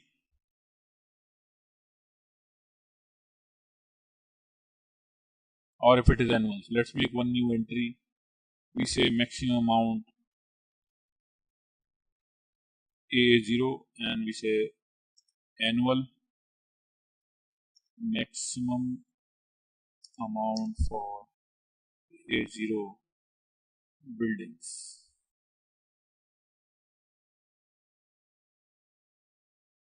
Now I select this and then I make a new entry. So I will say valid to 31/12/2016 currency USD maximum amount.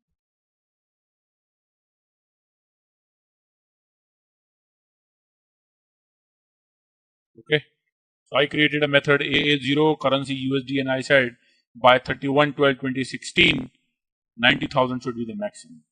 This is what my requirement is. And this is annual. So just see here. I have told system this is on an annual basis. So every time my annual, this year 2016, my annual depreciation should not cross 9,000. The moment it cross 90,000. The moment it cross 90,000, you reduce it to 90,000. If it is 95 by system calculation, system will reduce it to 90,000 automatically. Next one is the multi-level method. In this step, you define multi-level methods. You then assign them to depreciation keys. Each level represents a validity period for the given percentage rate. Maintain a multi-level method in the description and enter the characteristics of the multi-level method. So this is specifically used for tax. They say for first 5 years I want this percentage, the next 5 years I want this percentage, or next 3 years. So that's multi-level. The percentage change as we move on. So let's see this one. Acquisition year anything. First year calculate 11%. Second year calculate 10%. Third year calculate 9%. Then reduce it to till 5 years calculate 7%. And 5 to 10 calculate 7% every year. The moment it is 10 calculate 6%. And till 14th year calculate 6% and 15th year calculate 5%. Okay? Try to read this table again. First year 11, second year 10, third year it is reducing. But after fifth year, it continues to have, for next 5 years, as 7%. And after 10 years, it continues to be, for 5 years, it continues to be 6%. And then at 15 years, it comes to 5%. Okay? So this is multi-level method. I'll open one more. Another example. So for first 7 years, every year it will reduce. Then from 7 to 15, it will be 6%. In 15th year, it would be 5%. And then in 16th year, it would be 3%. What is this trick? Set this indicator if you want system to determine the periodic depreciation posting based on useful life. This indicator only makes sense for dep keys in which the base method uses percentage from useful life. So if you make this strict system-based, system will calculate the depreciation based on the useful life of the asset. So that's what it says. It makes sense where, the base method is percentage from useful life method. So we'll not take this. There are a lot of, what is this? Validity start. When you want to start the validity of this, all these calculations. So 2 means from ordinary start, the dep start date. So normally, so let me give you the explanation of these 1, 2, 3, 4, and 5. So 1 is from cap date. So you capitalize the asset. So 1 means from cap date. For example, if the capitalization of the asset date is 1st April, okay, it is not always necessary that you start the depreciation in the same month. So depreciation might start from, let's say, 1st May based on your method, right? It can be 1st May. So then you have to tell system that all the logics of method, when they want to apply. They want to start from these logics want to start from cap date, from ordinary depreciation start date, or from when it is an AUC, from original acquisition of AUC, the moment first cap date AUC gets settled, or from the changeover year. Changeover is something like, you change the method of the depreciation. Let's say for 5 years you use straight line, and then the 6th year you use another method.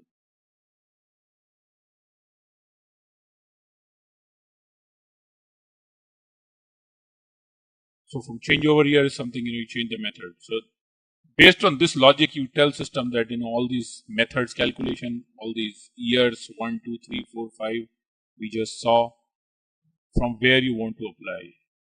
For example, this one. Let's take one example. Levels. So this year 1, when should system understand that this is year 1? So whether from the cap date, from the depreciation start date, from the first acquisition of AUC, when should system understand? So that's a validity. So the last method is, in the calculation method, is the period control method. Period control method is, in this step you maintain period control method. You then assign 2 depreciation keys. Now what is period control? Period control is you can specify the depreciation start for all acquisition in the year is set to the first day of the period. Requirements, you must have already maintained a period control. So what system knows is, when you start the depreciation of when you assign the key, you have to assign the period control.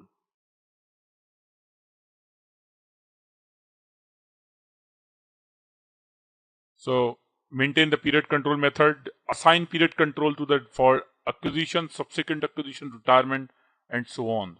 So period control method 1, which means this is the name 1122. So which means, now what is the meaning of 1, 2, 3, and 4? That's very important. So on an acquisition, depreciation should start at period start date. Additional acquisition, same thing. When you retire an asset, prorata up to the mid period at the period start. So if you retire on 10th of June, So system will calculate the depreciation in the same company code, in the sending company code, in the retire at till 15th of June. And same is for transfer. The next one is 3622. Prorata at the mid period. 6 is at the start of the year. So whatever the acquisition date is, this one, 6. You acquire on 1st June or you acquire on whatever date. System will start depreciation calculation at the start of the fiscal year. Let's say fiscal year is April to March and you start acquire an asset in June. System will calculate from 1st April, no matter what is the date. 2 we already discussed. So let's try to understand all these methods. So within these methods you can apply the logics here. First one is prorata at period start date. It means if your asset is acquired on 10th June, then system will calculate the depreciation from 1st June, but it will be on prorata basis. Second is same, prorata up to mid period at period start date. Third one is at mid period. It's not a period start date. 4 means first year convention at half year start date. So for first year, it will calculate from the half year date. And from next year, it will calculate from the normal method. So this one is valid for Austria. Year start date, mid-year, year end. What does it mean? Whatever the year start is, whatever the mid-year is, and whatever the year end is. It can calculate based on any 3. At the start of the year, I just talked about this. Whatever the asset acquisition is, at the start of the year, depreciation will start. At mid-year, whatever your acquisition date is, system will calculate the mid-year. For example, in April to March, the mid-year is April, May, June, July, August, September. 1st October is your mid-year. In January to December, your mid-year is 1st July. So whatever the start is, it will be mid-year. 8. At the end of the year, which is start of the following year. So you purchase on 10th June this time, your depreciation will start on 1st April.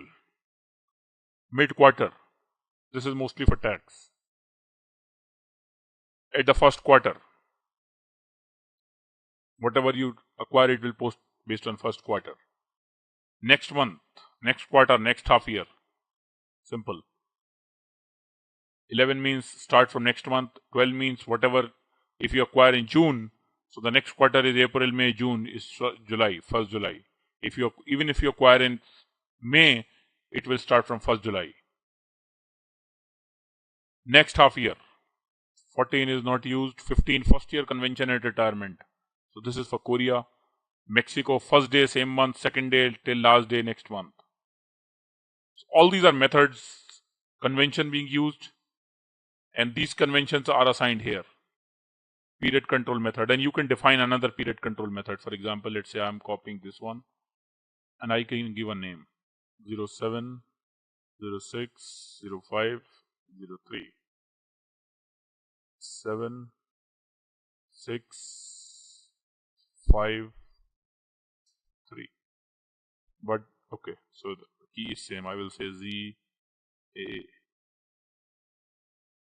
Okay, so I created one period control indicator for myself. So that's period control. Next topic. This one we are done. Default values.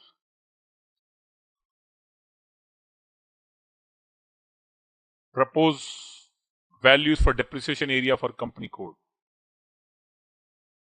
In this step, you enter default values that are valid for certain company code and depreciation areas. In this, you can configure depreciation keys so that system uses a different interest key or special treatment of the end of depreciation.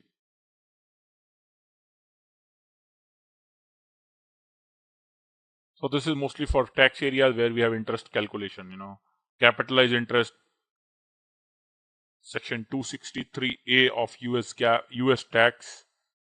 There it is normally used.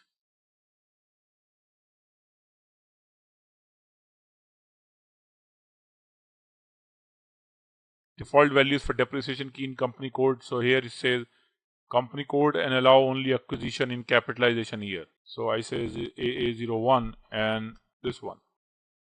And this means if system should only allow additional acquisition in the year of the depreciation start date.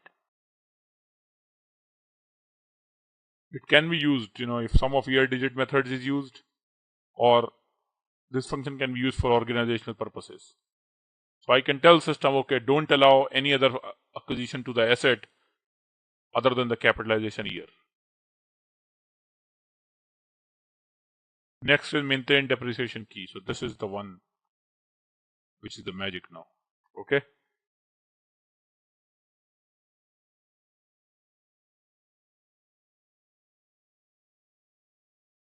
Okay.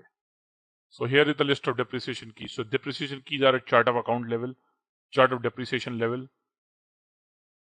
and those are, if you have one chart of depreciation used in two company code, then those will be visible in both of the company codes. It is no matter you want to use it or not.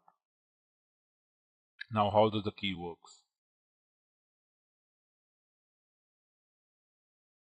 So this key means ordinary depreciation, phase from the plant start of depreciation, base method we just saw. There were multiple methods. 14 means ordinary depreciation explicit percentage after end of life. Declining which method? So it will use declining method 0001. Period control indicator we just saw. 3622, different combinations.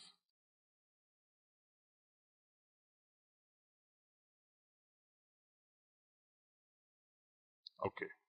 So the detailed view of depreciation key. Chart of depreciation, depreciation key status, and then we have all the methods. First year 25%, second year 38%, third year 37%. Valid from cap date, depreciation start date. Base value is acquisition value.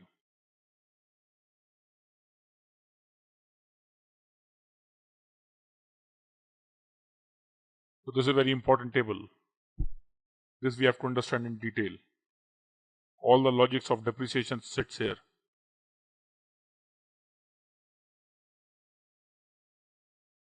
Take a minute and try to read the table again. Okay.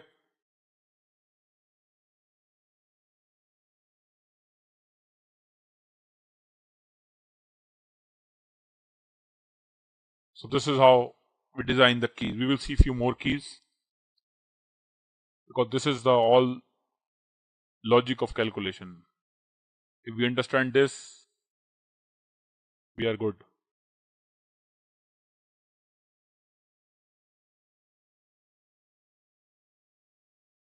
This is for ENP.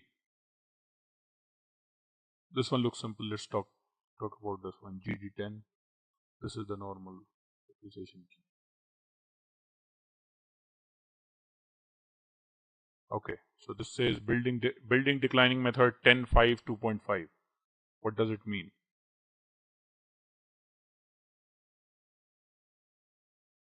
It says change the method after 5 years. Changeover when net book value is less than straight line. Changeover after end of useful life. The moment useful life ends, system will change the method to second one. And what is the second one? The base method changes. So it changes from 14 to 17. 14 says explicit percentage and 17 says immediate depreciation after end of life. So whatever is remaining, depreciate it. Declining method, period control, multi-level method. Declining method, changeover after end of useful life. Increase in depreciation and expired useful life, and consideration is controlled by the cutoff value key. So this is how you control your entire depreciation chart, what method you want to use, when you want to change, what is the logic of change. So all these are legal. It is not something that company decides so much complexity. You can understand now how much complex it is. So this is not something, very quick to read and quick to understand. It will take some time, you have to get into this, as I move on, will I explain you how this method works, because this is the entire summary of this training.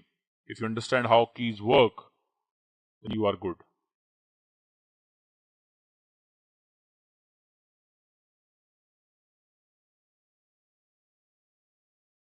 Then you see period control is also changing.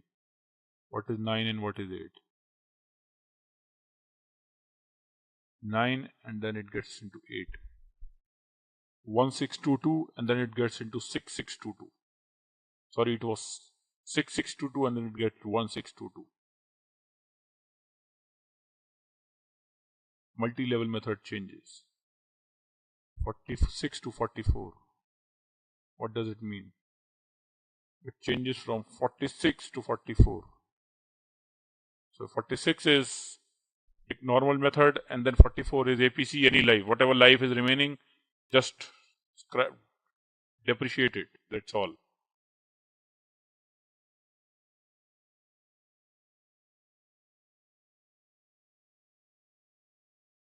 Phase 1 is start of depreciation, phase 2 is changeover within planned life, and phase 3 is changeover after end of useful life.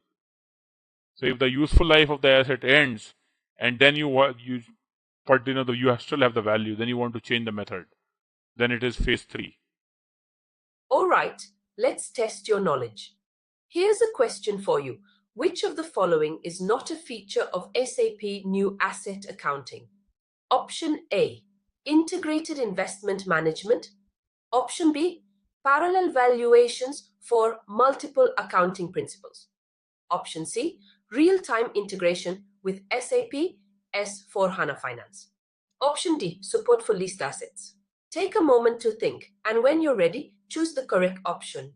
Remember, each choice holds a key to unlocking the answer. Good luck.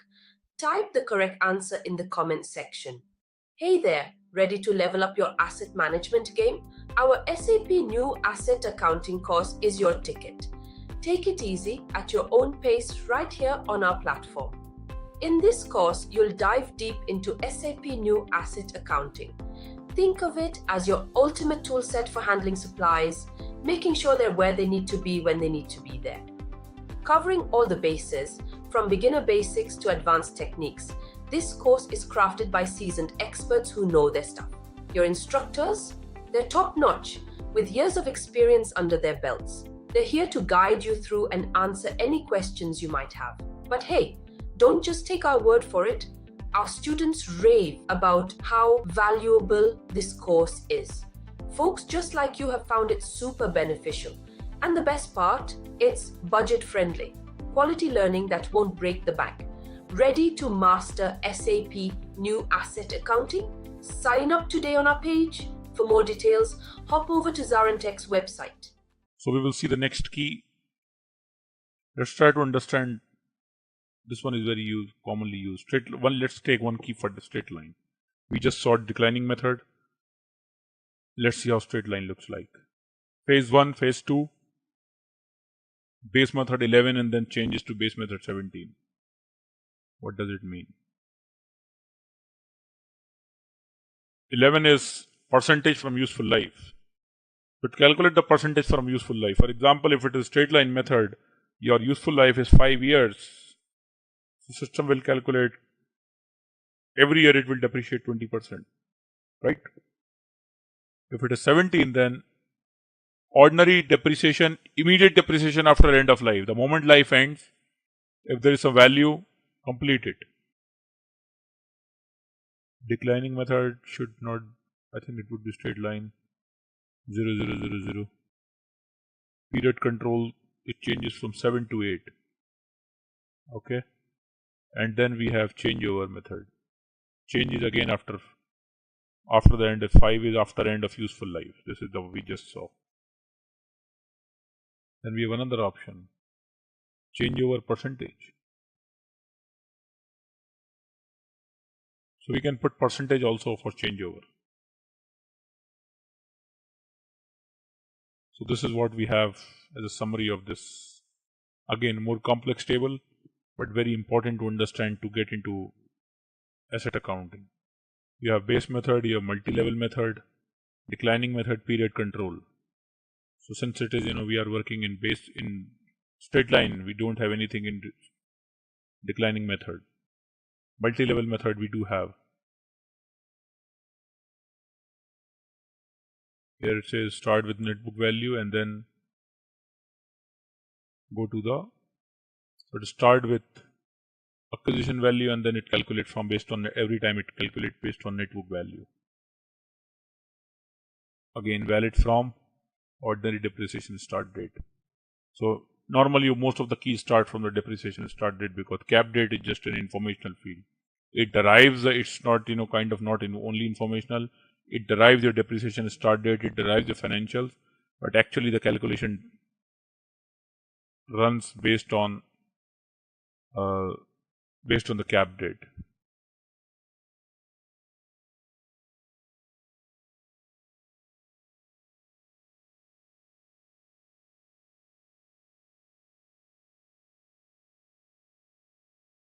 Then we can activate and we can save it. I can delete the keys also, okay? It's not that I can just create it. So I can delete the key. So this is what we have in terms of depreciation key.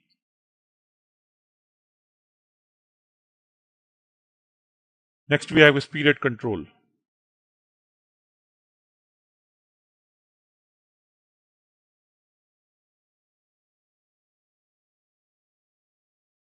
In that table we were looking at all these values, right? We saw 1, 2, 3, 4 and every key was assigned with these combinations. So now the question is, we want to have more combinations apart from standard SAP. How to do that? So the logic is we can create the combinations. There is no hard stop. We can have the combinations of our own.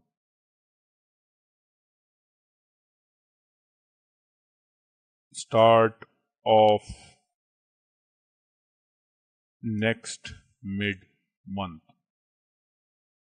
So I'm saying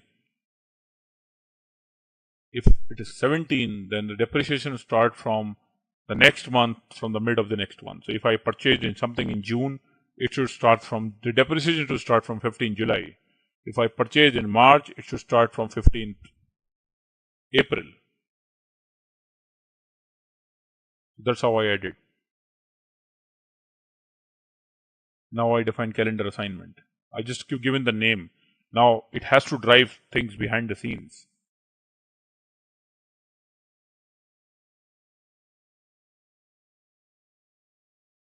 Let's say, what does it mean? So it says year, month, day, period. So we will tell system K4 17. Let's make a copy, that's more easy.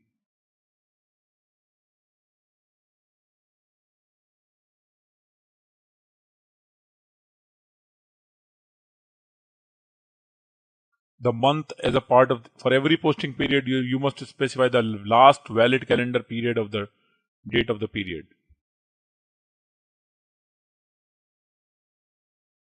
Let's make a copy of this one. So we created 17. Year is nothing. This one is, this field contains the day as a part of, for every posting period, you must specify the last valid calendar date of the period. The 31st. And then what is this? For acquisition, this is the period after which the system will calculate depreciation. For retirement, this is the period up to which the system calculates depreciation. Depreciation is calculated from and to the period. For this calculation, the first period is always period 000. In other words, if you want to calculate depreciation from the beginning of the year, you must specify the period 000 or leave it blank. So I'll say 1.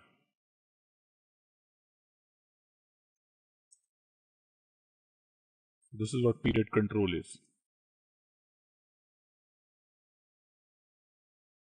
Time dependent period controls.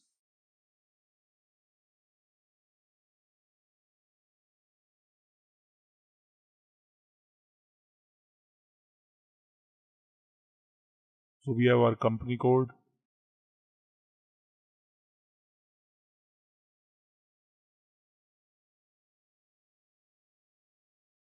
So this is normally not used. Generate period controls. Fiscal year variant K4, calendar year 2016. So all these period control have to be activated, whatever we just created.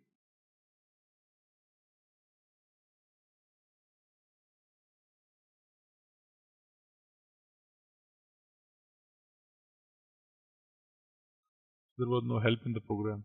Only perform this step if you are using year dependent fiscal year variant. When you assign fiscal year variant to company code, the system generate calendar assignment for the standard period control.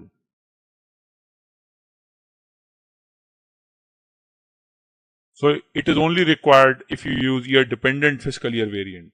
If you use year independent, then it is not needed.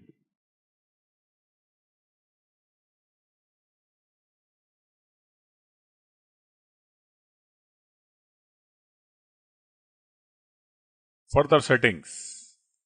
Cutoff value key.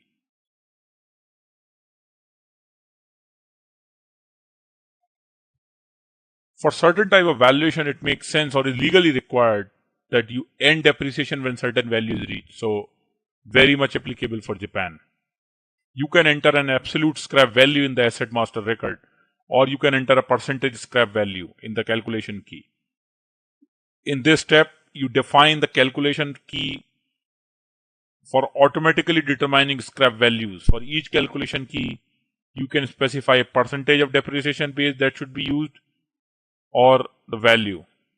So the logic says, I did this for Japan, that after a certain point of time when the asset reached certain value, you should stop the depreciation, and you maintain that that's a hard stop.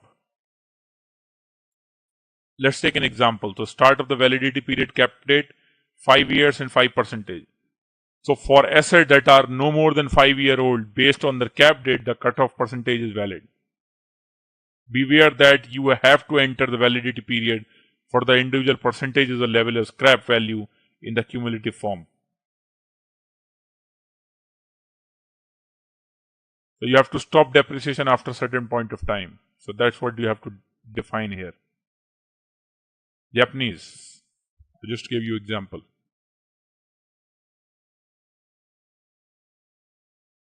5%. Chile, 10%. Austria, 15%. Germany, it's valid in 2 years. It is mostly for net worth tax purposes. Define maximum base value. You can say company code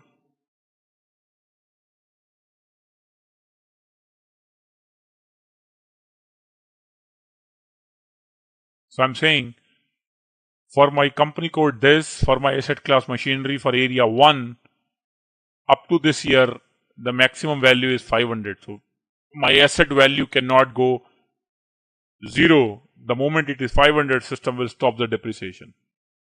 We will see these calculations, when system will do. We will capitalize some assets and we'll try all these logics. System will stop the depreciation.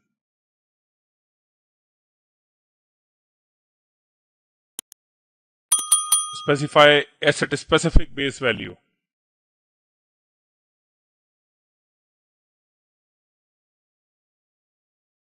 So I don't have any asset number. So it is by asset number. I can tell system for this asset number, this is my base value. Since I don't have any asset number, I cannot do anything here. So I'll do this, once I complete the configuration, and I'll create some master data, then I will try this option.